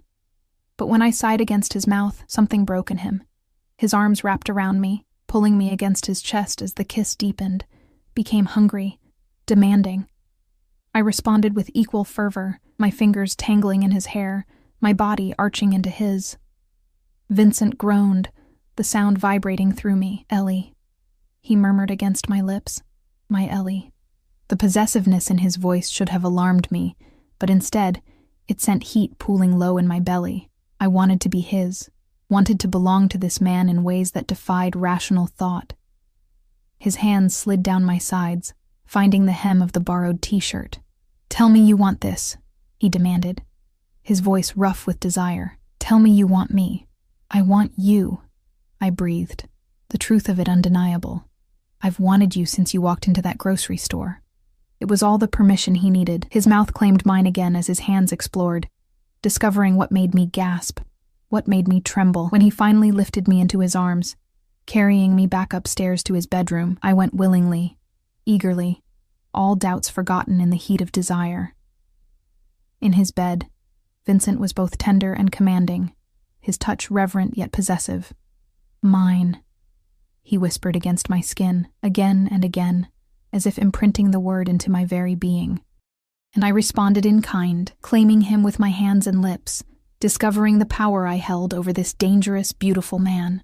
Afterward, as we lay tangled in his sheets, my head on his chest and his arms around me, Vincent pressed a kiss to my temple. "Stay," he murmured. "Not just tonight. Stay with me, Ellie." I knew he meant more than just another day. He was offering me his world, beautiful, dangerous, complex. A world I barely understood, but already craved. "I have my apartment," I said, practical even in this dreamlike moment. "My job, my classes. Keep them all if you want," he replied, his fingers tracing patterns on my bare shoulder. "Or let them go. It's your choice. But make this your home too. Make me your home." The offer was tempting beyond words. Safety, luxury, belonging. And Vincent himself, this man who looked at me as if I were the answer to a question he'd been asking his entire life. "Can I think about it?" I asked, not ready to commit to something so monumental, so life-changing. "Of course." He pressed another kiss to my hair. "Take all the time you need. I'm not going anywhere. As I drifted toward sleep in Vincent Romano's arms, I knew that whatever I decided, nothing would ever be the same. I'd crossed a threshold, entered a world of both shadow and light, danger and protection. And somewhere deep inside, I already knew I'd never want to leave. Morning light filtered through the floor-to-ceiling windows, casting Vincent's bedroom in a warm glow. I woke slowly, momentarily disoriented by the unfamiliar softness of the mattress beneath me, the silky sheets against my skin. Then the memories of the previous night flooded back. Vincent's hands on my body, his mouth against mine, the way he'd whispered my name like a prayer. I turned to find him watching me, already awake, propped on one elbow. His dark hair was tousled from sleep, a shadow of stubble along his jaw making him look younger, less polished than the man who'd walked into Martin's grocery 3 days ago. "Morning," he murmured, his voice rough with sleep. "How did you sleep?" "Better than I have in years," I admitted, feeling strangely shy despite our intimacy the night before. His fingers traced the curve of my shoulder, leaving goosebumps in their wake. "Any regrets?" I considered the question seriously, searching my feelings for any hint of remorse or uncertainty. "No," I said finally, surprising myself with the conviction in my voice. "No regrets." The smile that transformed his face was worth any doubt, any fear I might have harbored. He leaned forward to press a kiss to my forehead, then my lips, gentle, almost reverent. "I have meetings this morning," he said reluctantly, "but I've told Anthony to clear my afternoon. Stay. Let me come back to you." The request was simple yet loaded with meaning. Stay. Not just in his bed or his house, but in his life. The decision felt monumental, a fork in the road with no possibility of return. I should check on my apartment, I hedged. Water my plants. They'll be worried about me. Vincent's lips curved, remembering my confession from the night before. "Of course. Anthony can take you home, then bring you back here for lunch, if you want." He left the choice to me, though I could see how much he wanted me to say yes. "Okay," I agreed softly. Lunch would be nice. The relief in his eyes was palpable. He kissed me once more, deeper this time, before reluctantly pulling away. "I need to shower and dress. Make yourself comfortable. The kitchen staff will make you whatever you'd like for breakfast." After he'd gone, I lay in his bed for a few minutes longer, trying to reconcile the whirlwind of the past few days, from struggling waitress to the bed of Vincent Romano in less than a week. It seemed impossible, surreal. Yet the warmth lingering on my skin, the pleasant ache in my body, were undeniably real. I showered in his palatial bathroom, then dressed in my sundress from the night before. It felt strangely inadequate now, this simple cotton garment among the luxury of Vincent's home. I found him in the kitchen, impeccable in a tailored suit, drinking espresso while scrolling through messages on his phone. He looked up as I entered, his eyes warming. "There you are," he said, setting aside his phone to give me his full attention. "Are you hungry?" The kitchen staff appeared as if summoned telepathically, offering a breakfast spread that would have fed a small army: fresh pastries, fruit, eggs prepared 3 ways, artisanal bread, and coffee that smelled divine. "This is too much," I protested weakly, as Vincent pulled out a chair for me at the kitchen island. "Get used to it," he replied with a small smile. "Maria believes in being prepared for any possible preference."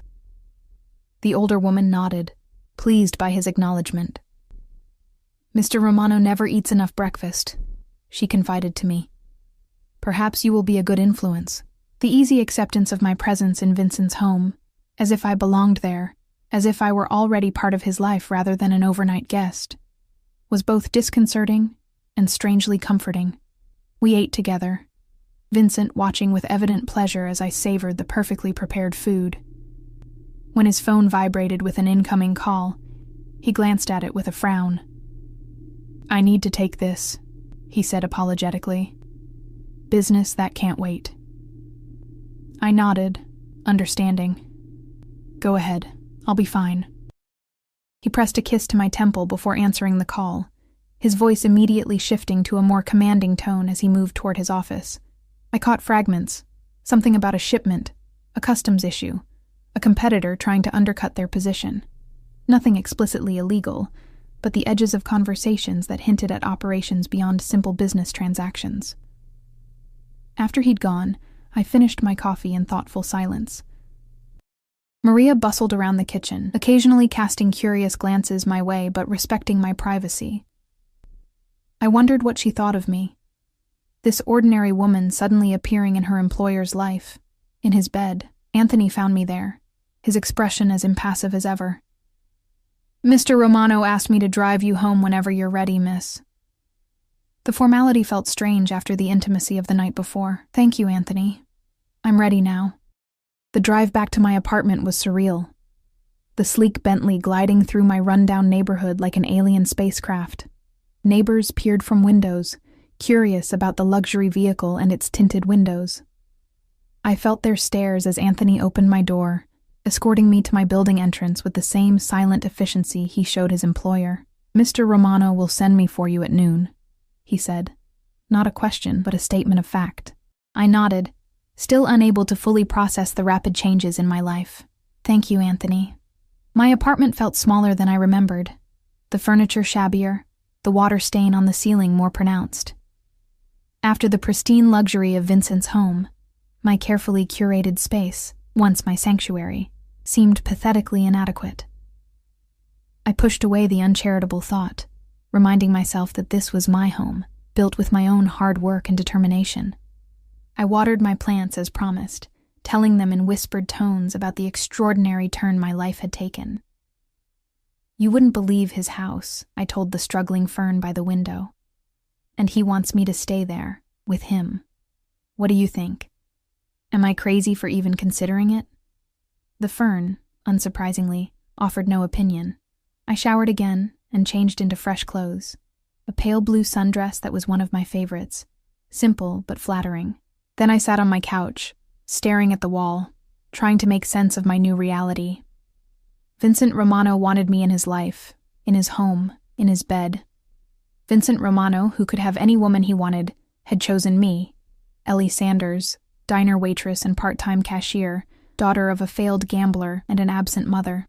It made no sense, yet the evidence was undeniable. The way he looked at me, touched me, spoke to me. My phone chimed with a text message. "Missing you already.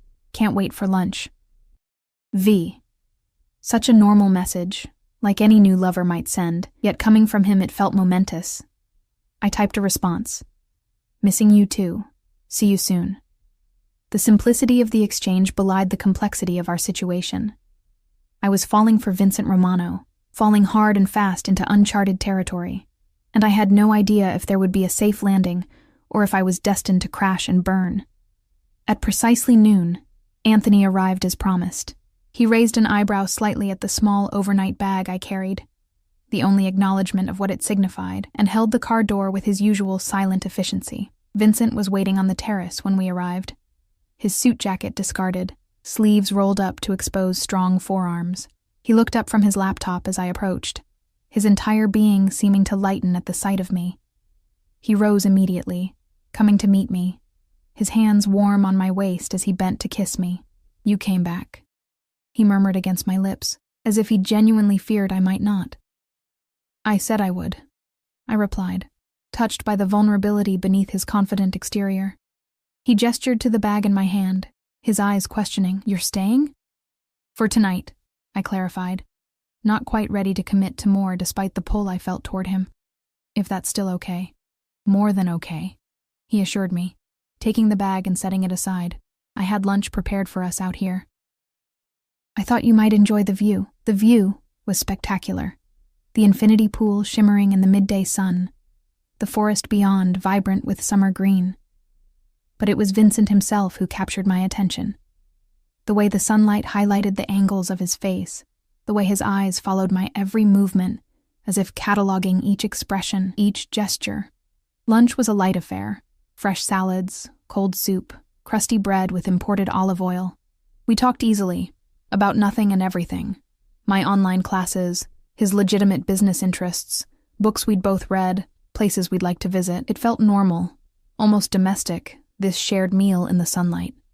After we'd eaten, Vincent led me to a cushioned lounge chair large enough for two, pulling me against his chest as we reclined together. "This is nice," he murmured into my hair. "Just being with you." "It is," I agreed, relaxing into his embrace. "Though I imagine it's quite different from your usual afternoon activities." His chest rumbled with a low laugh. "Very different. Much better." We stayed like that for a while, the warm sun and the gentle rhythm of Vincent's heartbeat lulling me into a peaceful doze. I woke to the sensation of his fingers combing through my hair, his breathing steady beneath my cheek. "Tell me about your bakery dream," he said quietly. "What would it look like? Where would it be?" I smiled against his chest, surprised he'd remembered that detail from our earlier conversations. "Nothing fancy. A small storefront in a neighborhood with good foot traffic, display cases with pastries and bread, maybe a few tables where people could enjoy coffee and something sweet. I'd want it to feel warm, inviting. Somewhere people would return to again and again. What would you call it?" I hesitated, then admitted, "Sweetness and light. It's what my mom used to call me when I was little before she left." Vincent's arms tightened around me. "I like that. It suits you. It's just a dream," I said, tempering my own enthusiasm. "Commercial space in this city is expensive, and startup costs for a bakery are significant. Equipment, inventory, staff.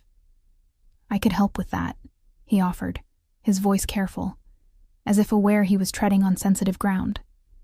"If you'd let me." I sat up to look at him, needing to see his face. "Vincent, I can't take more from you. The debt was already too much." "It's not taking if I'm offering freely," he countered, his expression earnest. "I have resources, Ellie. Let me use them for something that would make you happy." I'd never know if I succeeded because of my own merit, or because Vincent Romano smoothed the path, I explained, trying to make him understand.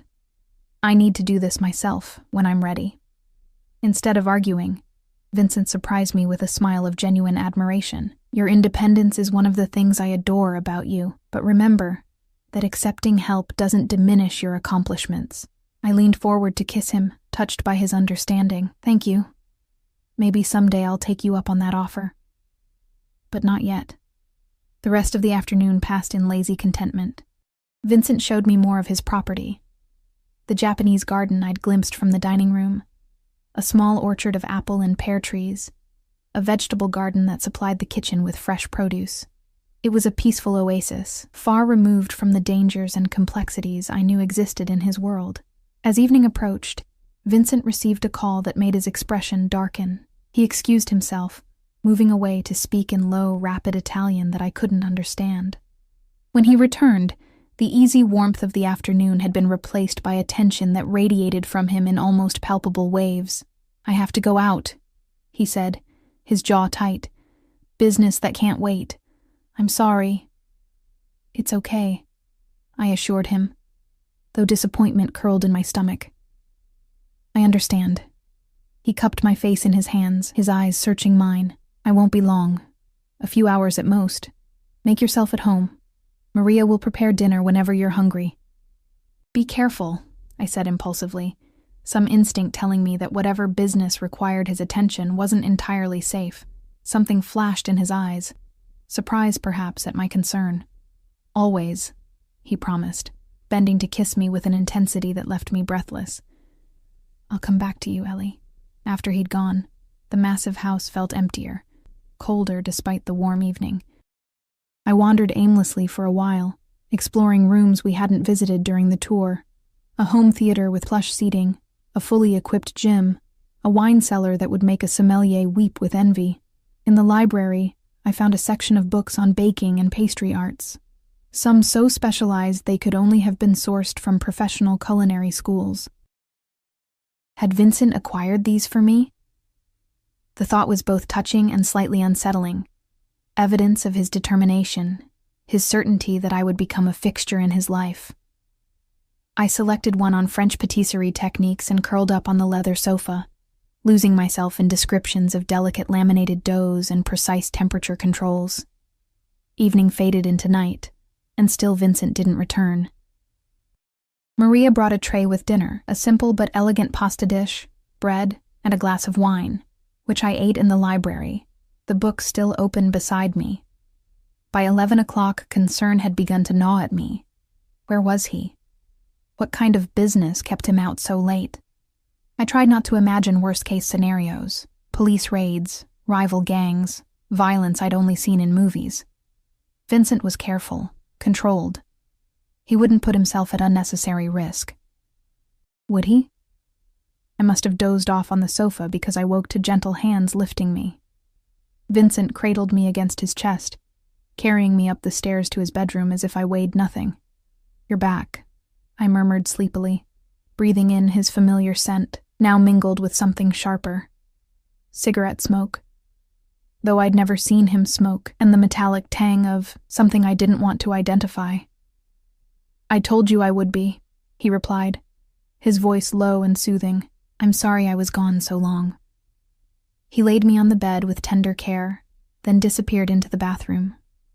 I heard the shower running, and when he emerged some time later, his hair was damp, and he wore only loose pajama pants riding low on his hips. In the dim light, I could make out scars I hadn't noticed before. A jagged line across his ribs, a puckered circle on his shoulder that could only be a bullet wound. "Vincent," I said, more awake now. "What happened tonight?"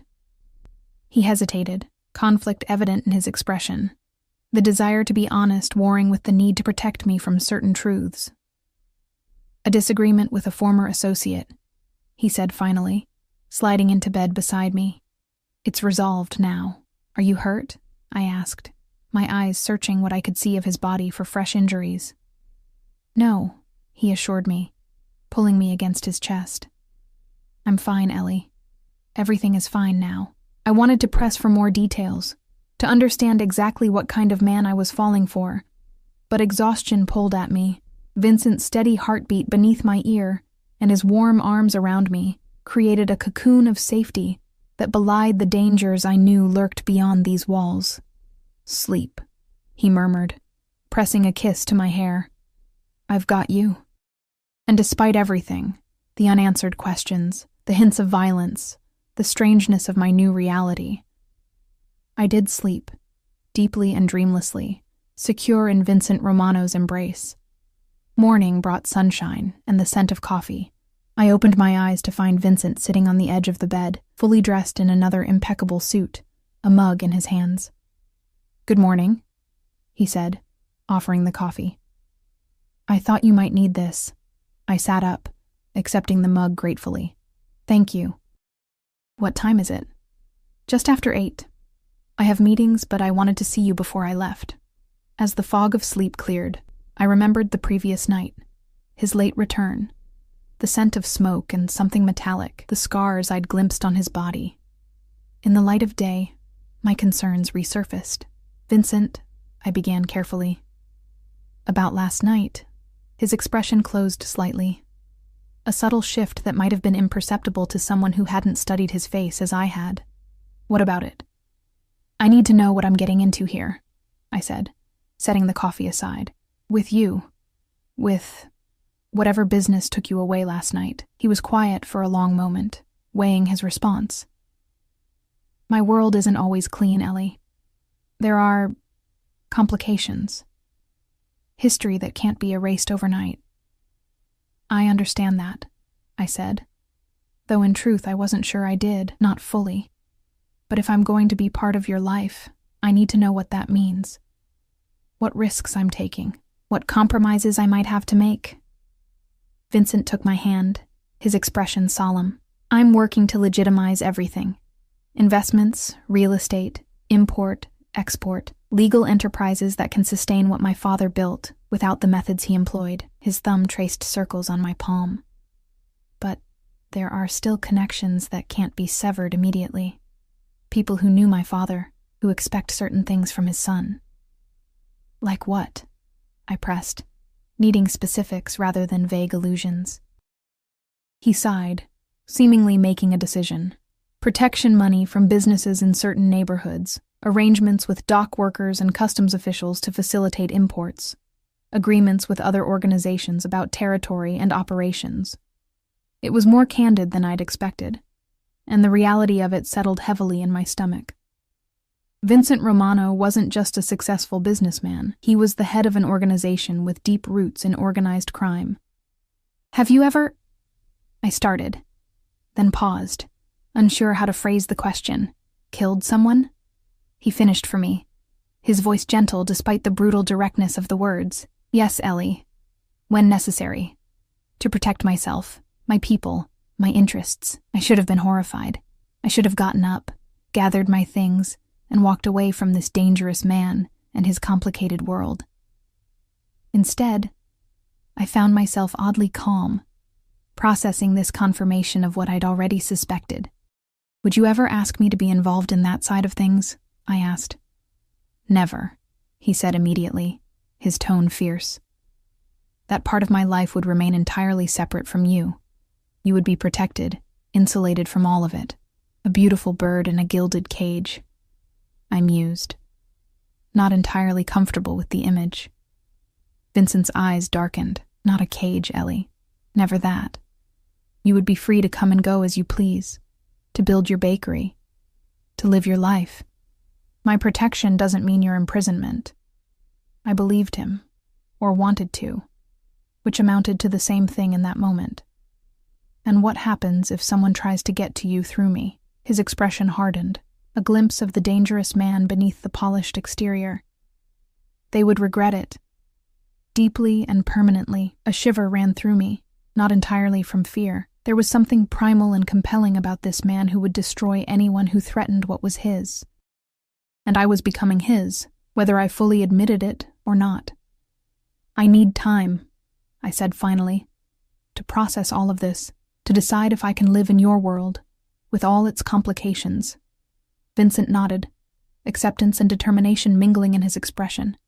Take all the time you need, but know this, Ellie. I will do whatever it takes to keep you safe, to make you happy, to be worthy of you. He leaned forward to kiss me, a gentle press of lips that conveyed more than words could have. Then he rose, straightening his already perfect suit. I'll be in meetings most of the day. Anthony will be available if you need anything. And Ellie? I looked up at him, this beautiful, dangerous man who had upended my life in less than a week. I'm falling in love with you, he said simply, the words hanging in the air between us like a tangible thing. I think I began falling the moment I saw you. Before I could respond, before I could process the enormity of the admission, he was gone, leaving me alone with his declaration and my conflicted heart. I spent the day in a state of emotional tumult, alternating between rational analysis of my situation and breathless remembrance of Vincent's touch, his voice, his eyes when he'd confessed his feelings. I wandered his vast home, trying to imagine myself living there permanently, waking in his bed each morning, sharing meals in the sunny kitchen, perhaps eventually filling the silent rooms with children's laughter. The fantasy was seductive, but reality kept intruding. Vincent Romano's world included darkness I could scarcely comprehend. Violence, illegal activities, enemies who would view me as a vulnerability to exploit. Could I accept that? Could I build a life with him knowing what lurked beneath the surface of his legitimate businesses? By evening, I'd reached no clear conclusion. Vincent returned home earlier than the previous night, finding me in the library once again, surrounded by baking books. His face softened at the sight, tension draining from his shoulders as he crossed the room to kiss me. I missed you today, he murmured against my lips. I missed you too, I admitted, surprised by how true it was. In just a few days, Vincent had become a gravitational force in my life, the center around which my thoughts orbited. We ate dinner together in the smaller dining room, candles flickering between us as we discussed his day, the legitimate parts, at least, and my explorations of his home. There was an undercurrent of tension, both from his earlier confession and my unspoken decision about my place in his life. After dinner, he led me to his study, a room I hadn't seen before, with walls of dark wood and a massive desk that looked like it had witnessed generations of Romano business dealings. I have something for you, Vincent said, reaching into a drawer to retrieve a small velvet box. A gift. My heart stuttered. Vincent, it's not what you're thinking, he said with a small smile, handing me the box, though that conversation will come in time. I opened it with trembling fingers to find a key. Modern, electronic, nestled on black velvet. What is this for? I asked, though I suspected I knew. "This house," he replied, watching my reaction carefully. "For when you're ready. If you decide to stay to be with me, you should be able to come and go freely. This is your key. Your home, if you want it to be." The gesture was both practical and deeply symbolic, an offer of freedom within the context of belonging to him. I closed my hand around the key, feeling its weight, its significance. "Thank you," I said softly. "I'm still thinking about everything. But this means a lot." Vincent nodded, understanding in his eyes. "Take all the time you need, Ellie. I meant what I said this morning. I'm falling in love with you. That doesn't change whether you're here or in your apartment across town." Later, in his bed, with moonlight spilling across our tangled limbs, I traced the scar on his ribs with gentle fingers. "How did you get this?" Vincent caught my hand, pressing a kiss to my palm. "A disagreement when I was 24. Early in my leadership, when I was still proving myself. And this?" I touched the puckered circle on his shoulder.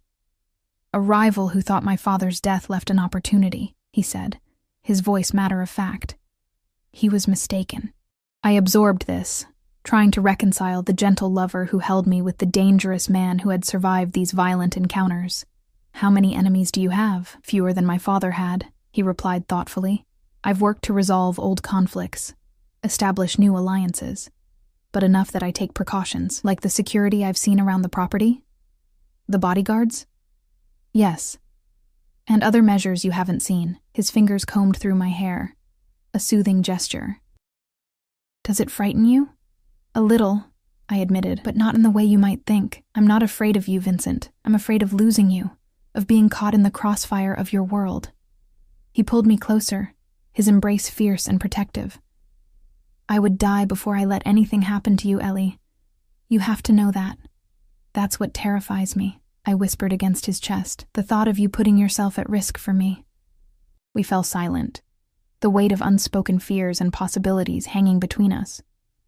Eventually, Vincent's breathing deepened, his arms loosening slightly as sleep claimed him. I remained awake, watching the play of moonlight across his face, memorizing each plane and angle. "I'm falling in love with you too," I whispered to his sleeping form, testing the words I hadn't been brave enough to say earlier. "And it terrifies me." The next morning, I woke to find Vincent already gone, a note on his pillow. "Early meeting. Back by noon. Think about lunch in the city, V?" I showered and dressed in yesterday's clothes, feeling increasingly aware of my limited wardrobe in comparison to Vincent's world. If I was going to spend more time here, I would need to bring more of my belongings, a small step toward the larger decision that loomed before me. I was sipping coffee in the kitchen when Maria approached, her expression hesitant. "Miss Ellie, there is someone at the gate for you. A woman. She says she's a friend from the diner." Surprise and confusion washed through me. How would anyone from the diner know where to find me? "Did she give a name?" "Margot," Maria replied. "She says it's urgent. Margot, the cook who had warned me about men like Vincent." What could be so urgent that she'd tracked me to his home? "I'll see her," I decided, setting down my coffee. "Where is she?" "Security has brought her to the front entrance." I made my way to the massive front doors, anxiety building with each step. When I opened them, I found Margot standing in the foyer, looking uncomfortable and out of place in her practical clothes among the luxury of Vincent's home. "Ellie," she said, relief evident in her voice. "Thank goodness. I wasn't sure they'd let me see you." "Margot, what are you doing here? How did you even find this place?" She glanced nervously at the security guard who stood discreetly nearby. "Can we talk privately?" I nodded, leading her to a small sitting room off the main entrance. When the door closed behind us, Margot turned to me, her expression grave. "You need to be careful, Ellie. Do you have any idea who Vincent Romano really is?" I sank onto a couch, suddenly weary. "I know enough, Margot. Do you?" She leaned forward, her voice urgent. "Because 3 men came into the diner last night asking questions about you. Questions about your relationship with Romano." Alarm prickled along my spine. "What kind of questions?" "How long you've known him, whether you're living with him, if you ever mentioned family or friends who might be important to you." She shook her head. They weren't friendly, Ellie. They were gathering information, and not for a surprise party. My mouth went dry. Did you tell them anything? Of course not. But they'll find someone who will. She sat beside me, taking my hands in hers. I know it's not my business, but I care about you, kid. Whatever's happening between you and Romano. It's painting a target on your back. I closed my eyes, the reality I'd been trying to ignore crashing down around me. Vincent had enemies who now saw me as a way to hurt him. Thank you for telling me, I said, squeezing her hands. I'll be careful, and I'll talk to Vincent about it. You should come back with me, Margot urged. Back to your apartment, your normal life, before you get in any deeper. For a moment, I was tempted. Return to my small apartment, my 2 jobs, my online classes. Return to safety, to anonymity, to being invisible again. But the thought of never seeing Vincent again, never feeling his arms around me, never witnessing that rare, genuine smile that transformed his face, it created a hollow ache in my chest that I couldn't ignore. I can't, I said softly. Not yet. Margot sighed, disappointment and concern mingling in her expression. I was afraid you'd say that. Just be careful, Ellie. And if you ever need help, if you ever want out, you call me, day or night. She scribbled her number on a scrap of paper, pressing it into my hand with a fierce look that brooked no argument. After she'd gone, escorted back to the gate by the same security guard who'd brought her in, I sat in the silent room, her warnings echoing in my mind. I needed to talk to Vincent. I needed to understand exactly what risks I was taking by being with him, by being seen as his. I needed to decide, once and for all, if I could accept those risks, if what we were building together was worth the danger that came with it. When the front door opened 2 hours later, I was waiting in the foyer. Margot's crumpled note still clutched in my hand. Vincent's smile at seeing me faded quickly as he registered my expression. What's wrong? He asked, crossing to me in 3 long strides. Ellie, what happened? We need to talk, I said, my voice steadier than I felt. About us. About what it means for me to be with you. About the people who came to the diner asking questions about me last night. His expression darkened dangerously, a muscle ticking in his jaw. Who came to the diner? He demanded, his voice low and controlled. Tell me everything. And so I did, watching as Vincent's face became a mask of cold fury. When I finished, he pulled out his phone, barking orders in rapid Italian. I caught names, locations, instructions that sounded ominous, even in a language I didn't understand. When he ended the call, he turned to me, his eyes blazing with a rage that would have terrified me if I didn't know it wasn't directed at me. No one threatens what's mine, he said, his voice like ice. No one. I'm not yours yet, I reminded him, needing to establish that boundary. I haven't decided. Vincent's expression softened marginally. You're right. I apologize. He took a deep breath, visibly reining in his anger. But whether you've decided to be with me or not, the fact that people believe you're important to me puts you at risk, and that is unacceptable. What are you going to do? I asked, almost afraid of the answer. Send a message, he replied grimly. One that will ensure no one thinks of using you to get to me ever again. A chill ran through me at the implications. Vincent, I don't want anyone hurt because of me. Not because of you, he corrected, his voice gentle despite the steel beneath it. Because of their own poor choices.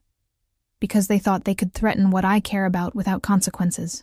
He stepped closer, cupping my face in his hands. I meant what I said yesterday, Ellie. I'm falling in love with you, and I will do whatever is necessary to protect you. Always. In that moment, looking into his eyes, fierce, determined, filled with an emotion I couldn't deny, I made my decision. For better or worse, my life was now entwined with Vincent Romano's. The dangers, the complications, the shadows of his world. I would accept them all, because the alternative, living without him, had become unthinkable in the span of a single week. I'm falling in love with you too, I whispered, the admission both terrifying and liberating. And I want to stay, here, With you, whatever that means, whatever risks it brings. I choose you, Vincent. The mask of cold fury melted away, replaced by a joy so pure, so unguarded, it transformed him. He pulled me against him, his kiss desperate and tender all at once, as if he could pour all his emotions into this single connection. I will make you happy, he vowed against my lips. I will keep you safe. I will build a life with you that makes all of this worthwhile, Ellie. I swear it. And standing there in his arms, in the palatial foyer of a home that would now be mine as well, I believed him. Despite the dangers, despite the shadows that would always lurk at the edges of our life together, I believed that Vincent Romano would move heaven and earth to fulfill that promise.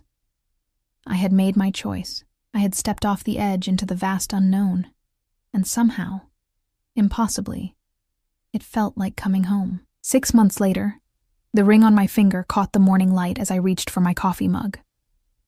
The emerald-cut diamond was substantial without being ostentatious, flanked by smaller diamonds set in platinum, elegant, valuable, yet somehow understated, much like the man who had placed it there 3 months earlier.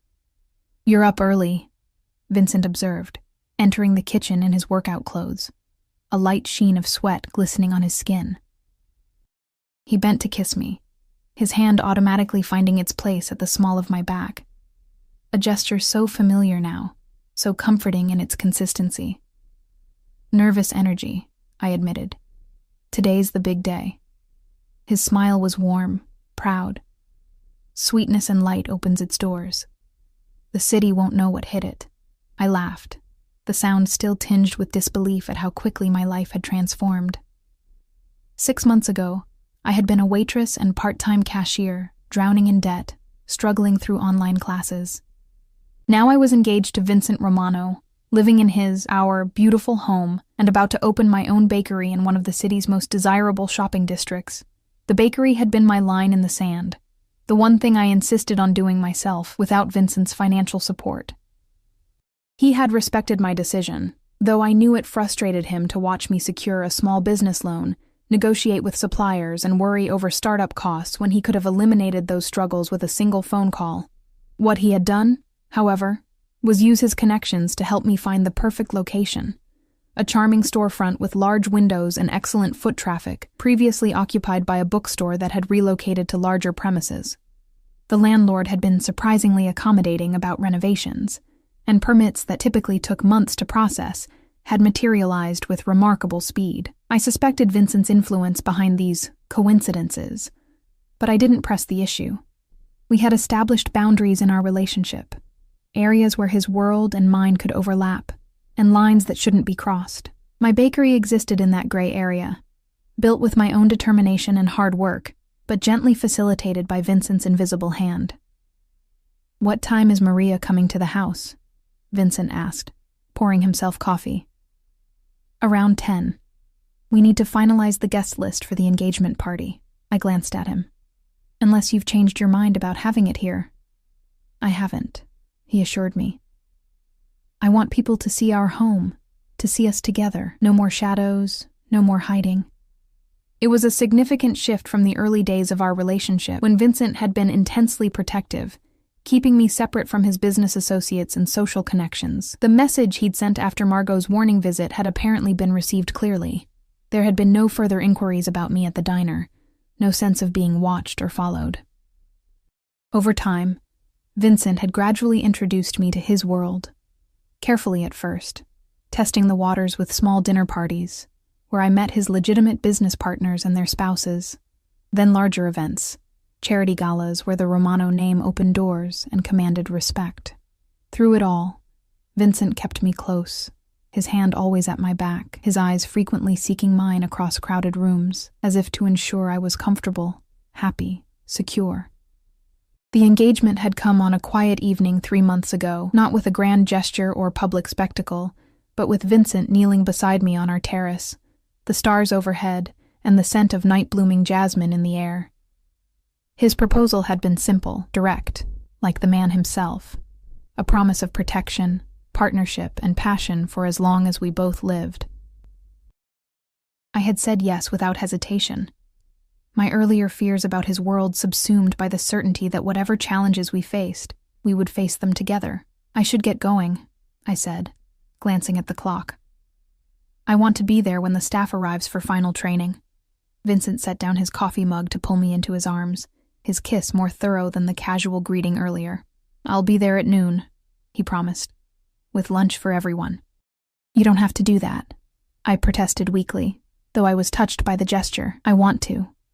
He replied simply, "This is important to you, which makes it important to me." Another boundary we'd established. Vincent would never set foot in the bakery during business hours. His presence would inevitably change the atmosphere, make customers uncomfortable or overly curious. Sweetness and Light needed to succeed or fail on its own merits, not because of its connection to the Romano name. But today was different.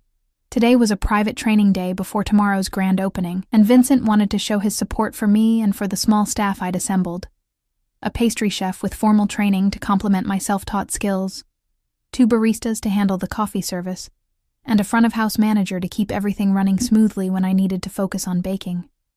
I kissed him once more, then grabbed my purse and the tote bag containing my chef's whites. "See you at noon," I said, already mentally reviewing my to-do list for the day. Anthony was waiting by the car, as punctual and impassive as ever. In the 6 months I'd lived with Vincent, I'd come to understand that Anthony was more than just a driver. He was Vincent's most trusted security, his right hand in matters both public and private. The fact that Vincent assigned him to drive me spoke volumes about my position in Vincent's life. "Good morning, Anthony," I greeted him as he held the door. "Baker Street, please." He nodded, the ghost of a smile touching his usually stoic features. "Congratulations on your opening day, Miss Ellie." The easy formality between us had become comfortable over time. Anthony kept a professional distance, but there was a warmth in his manner that hadn't been there in the beginning. I suspected Vincent had told him about my insistence on building the bakery myself, without financial help, and that Anthony respected the decision more than he let on. As we drove into the city, I watched the familiar landmarks pass by, marveling at how differently I viewed them now. 6 months ago, I had been an invisible girl, struggling to survive. Now I moved through the world with a new confidence, a sense of belonging that came not just from Vincent's protection, but from discovering my own strength through loving him. The bakery looked exactly as I'd imagined it: warm cream walls, rich wooden display cases, small tables with comfortable chairs where customers could linger. The logo, an elegant script reading "Sweetness and Light" with a small sunburst accent, gleamed on the front window, promising delights within. My staff was already waiting, their faces bright with anticipation. Cora, the pastry chef, had worked in high-end restaurants before burning out on the grueling hours and toxic culture. Marcel and Jenna, the baristas, were culinary students working part-time. And Renata, my manager, was a retired teacher with a gift for organization and a warm manner that made everyone feel welcome. "Morning, everyone," I greeted them, unlocking the door. Ready for our final run-through? The day passed in a blur of activity, testing equipment, practicing workflows, rehearsing customer service scenarios. When Vincent arrived at noon, bearing gourmet sandwiches and salads for everyone, I felt a surge of pride watching him interact with my team. He was charming but not overbearing, genuinely interested in their backgrounds and excited about the bakery's prospects. "You've built something special here," he murmured, as we stood aside, watching the others eat. "Something entirely your own." "I couldn't have done it without you," I admitted, leaning into him. "Yes, you could have," he countered, surprising me. "It might have taken longer, been harder, but you would have done it eventually. That's who you are, Ellie. Determined, resilient, unstoppable when you set your mind to something." His arm tightened around my waist. "It's one of the countless reasons I love you."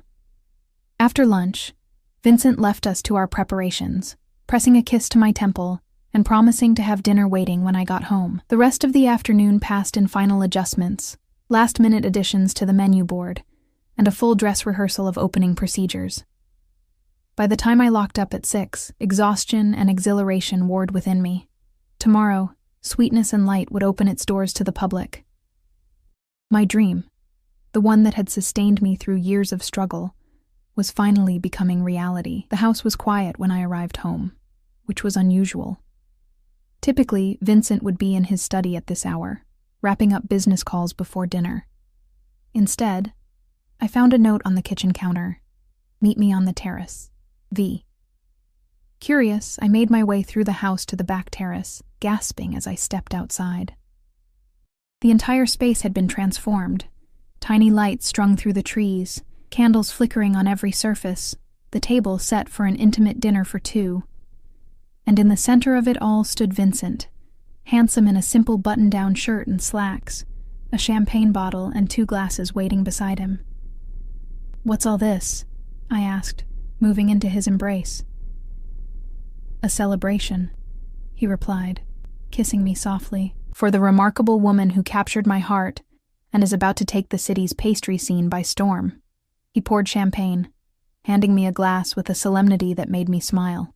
"To sweetness and light," he toasted, "and to its creator, who brings both into my life every day." We clinked glasses, the sound crystal clear in the evening air. As we sipped, I studied Vincent's face. The strong lines now so familiar to me, the dark eyes that could shift from dangerous to tender in an instant, the rare smile that still made my heart skip. "I have something for you," he said, setting down his glass. A gift to mark the occasion. From his pocket, he withdrew a small velvet box, different from the one that had held my engagement ring. I opened it to find a delicate gold key on a fine chain. "It's beautiful," I said, lifting it from the box. "But I already have a key to the house." Vincent's smile held a hint of mystery. "This isn't for the house. It's for something else." He took my hand. "Come with me." Curious, I followed him through the house to his study, a room that had become less formal over time, now containing touches of my presence alongside his, a framed photo of us from our engagement party, a small vase of fresh flowers I refreshed each week, books on baking history mingling with his volumes on business and art. Vincent crossed to the far wall, where an abstract painting hung, one of his own works, though few people knew he was the artist. He moved it aside to reveal a small wall safe with a keypad. After entering a code, he stepped back, gesturing for me to approach. "The key unlocks a compartment inside," he explained. "Something I want you to have access to, always."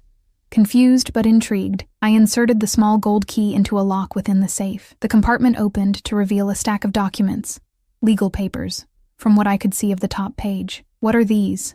I asked, carefully lifting the stack. "Insurance," Vincent replied, his expression serious. "Of a sort." I examined the documents more closely, understanding dawning as I read.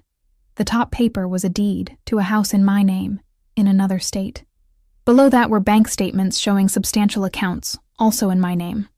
Passports, American, Canadian, Italian, all with my photo but with slightly different versions of my name. Documentation for a corporation I'd never heard of, with me listed as the sole owner. And at the bottom, a handwritten letter from Vincent. "What is all this?" I asked, though I already knew the answer. Vincent took my hands, his eyes intense. "It's an escape plan, a way out, if you ever need it. If something happens to me, or if my world becomes too dangerous for you, or if you simply decide one day that this life isn't what you want anymore." I stared at him, speechless. The documents represented a level of planning, of consideration for my well-being, that was staggering. "Vincent, I don't expect you'll ever need it," he continued, his thumb tracing circles on my palm. "I intend to keep you safe, to make you happy, for the rest of our lives. But I want you to have choices, Ellie. Always. I never want you to feel trapped, not even by love." Tears filled my eyes as the magnitude of his gift sank in. Vincent Romano, who controlled everything in his domain, who protected what was his with fierce determination, had created a pathway for me to leave him if I ever needed or wanted to. It was perhaps the purest expression of his love I'd ever received. The freedom to walk away, to be safe even if the worst happened. "I love you," I whispered, wrapping my arms around him. "I love you so much it terrifies me sometimes." He held me close, his heartbeat steady against my ear. "I know. I feel the same way." He pressed a kiss to my hair. "But I don't want fear to be any part of what's between us. Not fear of my world, Not fear of the future, not fear of being trapped. Only love, Ellie. That's all I want between us. We returned to the terrace, to our intimate dinner and champagne beneath the stars. As we ate and talked, about the bakery's opening tomorrow, about the engagement party next month, about our future together, I felt a peace settle over me that had been building gradually since that first night at Martin's grocery. Vincent Romano had walked into my life like a storm, upending everything I thought I knew about myself and the world. He had shown me both darkness and light, danger and safety, passion and tenderness. And somewhere along the way, I had found myself, not just the exhausted waitress struggling to survive, but the woman beneath, capable of strength and determination I'd never recognized. Later that night, as we lay tangled in the sheets of our bed, Vincent's arms around me and his breathing deep and steady in sleep, I reflected on the journey that had brought us here. From the frightened cashier facing down thugs to the soon-to-be bakery owner engaged to one of the city's most powerful men, it seemed impossible. Yet here I was. Tomorrow, Sweetness and Light would open its doors. In a month, Vincent and I would host our engagement party, making our union official in the eyes of both his world and mine. And someday, perhaps sooner than later, we would stand before family and friends to make vows that I knew in my heart we had already begun to fulfill, to protect, to cherish, to choose each other every day despite the complications, the danger, the shadows that would always lurk at the edges of our life together. Vincent stirred in his sleep, his arms tightening around me as if even unconscious. He sought to keep me close, to keep me safe. I pressed a kiss to his chest, directly over his heart, and settled more deeply into his embrace. 6 months ago, 3 men had harassed a young cashier after closing time, unaware that the Mafia boss inside the store would claim her as his own. It should have been the most terrifying night of my life. Instead, it had been the beginning of everything. 1 year later, I stood in the kitchen of Sweetness and Light, putting the final touches on a 3-tiered cake adorned with delicate sugar flowers. The bakery had exceeded even my most optimistic projections, developing a loyal clientele and garnering attention from local food critics who praised our creative offerings and warm atmosphere. We'd expanded our hours and hired additional staff, and there was talk of opening a second location in the coming year. "It's perfect," Renata declared, admiring the cake. "Sophia will love it." I smiled, pleased with the result. The cake was for Vincent's sister, who was visiting from Europe for the first time since our wedding 6 months ago. The relationship between the siblings had been strained for years, but Sophia had made the effort to attend our small, intimate ceremony, and the ice had begun to thaw. This cake, celebrating her 30th birthday, was part of my ongoing effort to strengthen that fragile connection. "I hope so," I replied, carefully boxing the creation. "Vincent says she has particular tastes." Renata chuckled. Unlike her brother, who would eat cardboard if you baked it, it was true. Vincent's devotion extended to consuming anything I created, though he had developed more discerning preferences over time. His favorite remained my simple vanilla bean cake with raspberry filling, which I'd made for our first wedding anniversary the previous month. "Can you manage here?" I asked, glancing around the busy bakery. The afternoon rush was just beginning, customers lining up for coffee and sweet treats to brighten their workdays. "Of course," Renata assured me. "Marcel and the new girl are handling the counter, and Cora has the kitchen under control. Go celebrate with your family. Family." The word still gave me a warm glow. For so long I'd been alone, my mother gone, my father lost to his addictions and then to death. Now I had Vincent, and by extension, Sophia. And perhaps someday, if we were lucky, children of our own. Anthony was waiting outside with the car, as punctual as ever. He took the cake box from me with careful hands, securing it in the vehicle before holding my door. "Mrs. Romano," he greeted me, the formality softened by the genuine warmth in his eyes.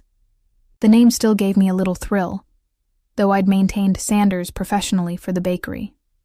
In Vincent's world, however, I was Ellie Romano, his wife, his partner, the woman who had somehow tamed the most dangerous man in the city. The drive to our home was familiar now, each landmark a waypoint in the journey of my new life. As we approached the gates, I felt the usual sense of homecoming. of safety, of belonging, of being exactly where I was meant to be. Vincent was waiting on the front steps, Sophia beside him. They made a striking pair, the same dark hair and olive skin, the same regal bearing that spoke of power and privilege. But where Vincent's eyes held warmth when they looked at me, Sophia's remained guarded, assessing. "There she is," Vincent said, coming to help me from the car. He kissed me deeply, unconcerned with his sister's watchful gaze. "How was the bakery?" "Busy, as always," I replied, returning his kiss before turning to Sophia. "Happy birthday. I've brought something special for you." Anthony carefully retrieved the cake box, and Sophia's expression softened marginally as she peeked inside. "It's beautiful," she admitted. "Thank you, Ellie." We moved inside, to the terrace where a small birthday celebration had been arranged. Just the three of us, Maria's exceptional cooking and the cake I'd made with such care. As we ate and talked, I watched the siblings navigate their complicated relationship, moments of genuine connection interspersed with old tensions, unspoken history hovering beneath the surface. "Father would be surprised," Sophia remarked during a lull in conversation, her eyes moving between Vincent and me. "To see you so domestic." Vincent's jaw tightened almost imperceptibly. Father didn't understand that strength can take many forms. That true power comes from building something worth protecting, not just from the ability to destroy. Sophia's gaze settled on me, curious rather than hostile. "And you, Ellie, do you ever regret it? Marrying into this family with all its complications?" "Sophia," Vincent warned, but I placed a hand on his arm. "It's a fair question," I said calmly. "And the answer is no. I don't regret it. Not for a moment. Even knowing what my brother is," Sophia pressed. "What he's done? What he's capable of? I know exactly who Vincent is," I replied, meeting her gaze steadily. "The good and the bad, the light and the shadow. I chose him with my eyes open." Vincent's hand covered mine, a silent acknowledgement of the truth in my words. We had built our relationship on honesty. Difficult, sometimes painful honesty about his past, about the darker aspects of his world that still occasionally required his attention. "You've changed him," Sophia observed, something like respect flickering in her expression. "He's softer with you, but paradoxically stronger too." "Love does that," I said simply. "It makes us vulnerable and invincible at the same time." Later, after Sophia had retired to her guest suite and Vincent and I were alone in our bedroom, he pulled me into his arms, burying his face in my hair. "Thank you," he murmured. "For today, for everything." I understood what he meant, for accepting his sister despite her guardedness, for creating a home where healing could begin to take place, for loving him completely, shadows and all. "It's what family does," I replied, leaning into his embrace. "We hold space for each other. We forgive. We try again tomorrow." Vincent's arms tightened around me, his body solid and warm against mine. "Do you know what today is?" he asked, his voice soft against my ear. I thought for a moment, then smiled as realization dawned. 18 months since Martin's grocery. Since 3 thugs harassed a young cashier, unaware that the Mafia boss inside would claim her as his own. "The most important night of my life," Vincent said, drawing back to look into my eyes. "The night I found you. The night we found each other," I corrected gently. "The night everything changed." He nodded, his expression solemn. "I've spent the day thinking about how different my life would be if I hadn't stopped at that store, if I hadn't been there when those men came in, if I hadn't seen you standing your ground despite your fear. We would have found each other some other way," I said with a certainty that surprised me. "Some things are meant to be, Vincent. I believe that now." His smile, that rare, genuine smile that transformed his face and made him look younger, unburdened, was my reward. "So do I," he agreed, bending to kiss me. "So do I." As night settled around our home, I thought about the journey we'd taken. From that first intense encounter to this moment of quiet intimacy, the path hadn't always been smooth. There had been adjustments, compromises, moments when Vincent's world had threatened to overshadow mine, But through it all, we had chosen each other, again and again, building something neither of us had dared to imagine before that fateful night. A bakery owner and a mafia boss. An unlikely pair, an improbable love story, but somehow, impossibly, it worked. We worked. And as Vincent's arms encircled me and his breathing deepened in sleep, I knew with absolute certainty that I wouldn't change a single moment of our story, from its dangerous beginning to this peaceful night, and all the chapters yet to be written. In the morning, I would return to my bakery, to the life I had built with my own hands. Vincent would attend to his businesses, continuing the process of legitimization he had begun before we met, and in the evening, we would come together again, two people from different worlds who had created something beautiful between them. Sweetness and light, indeed.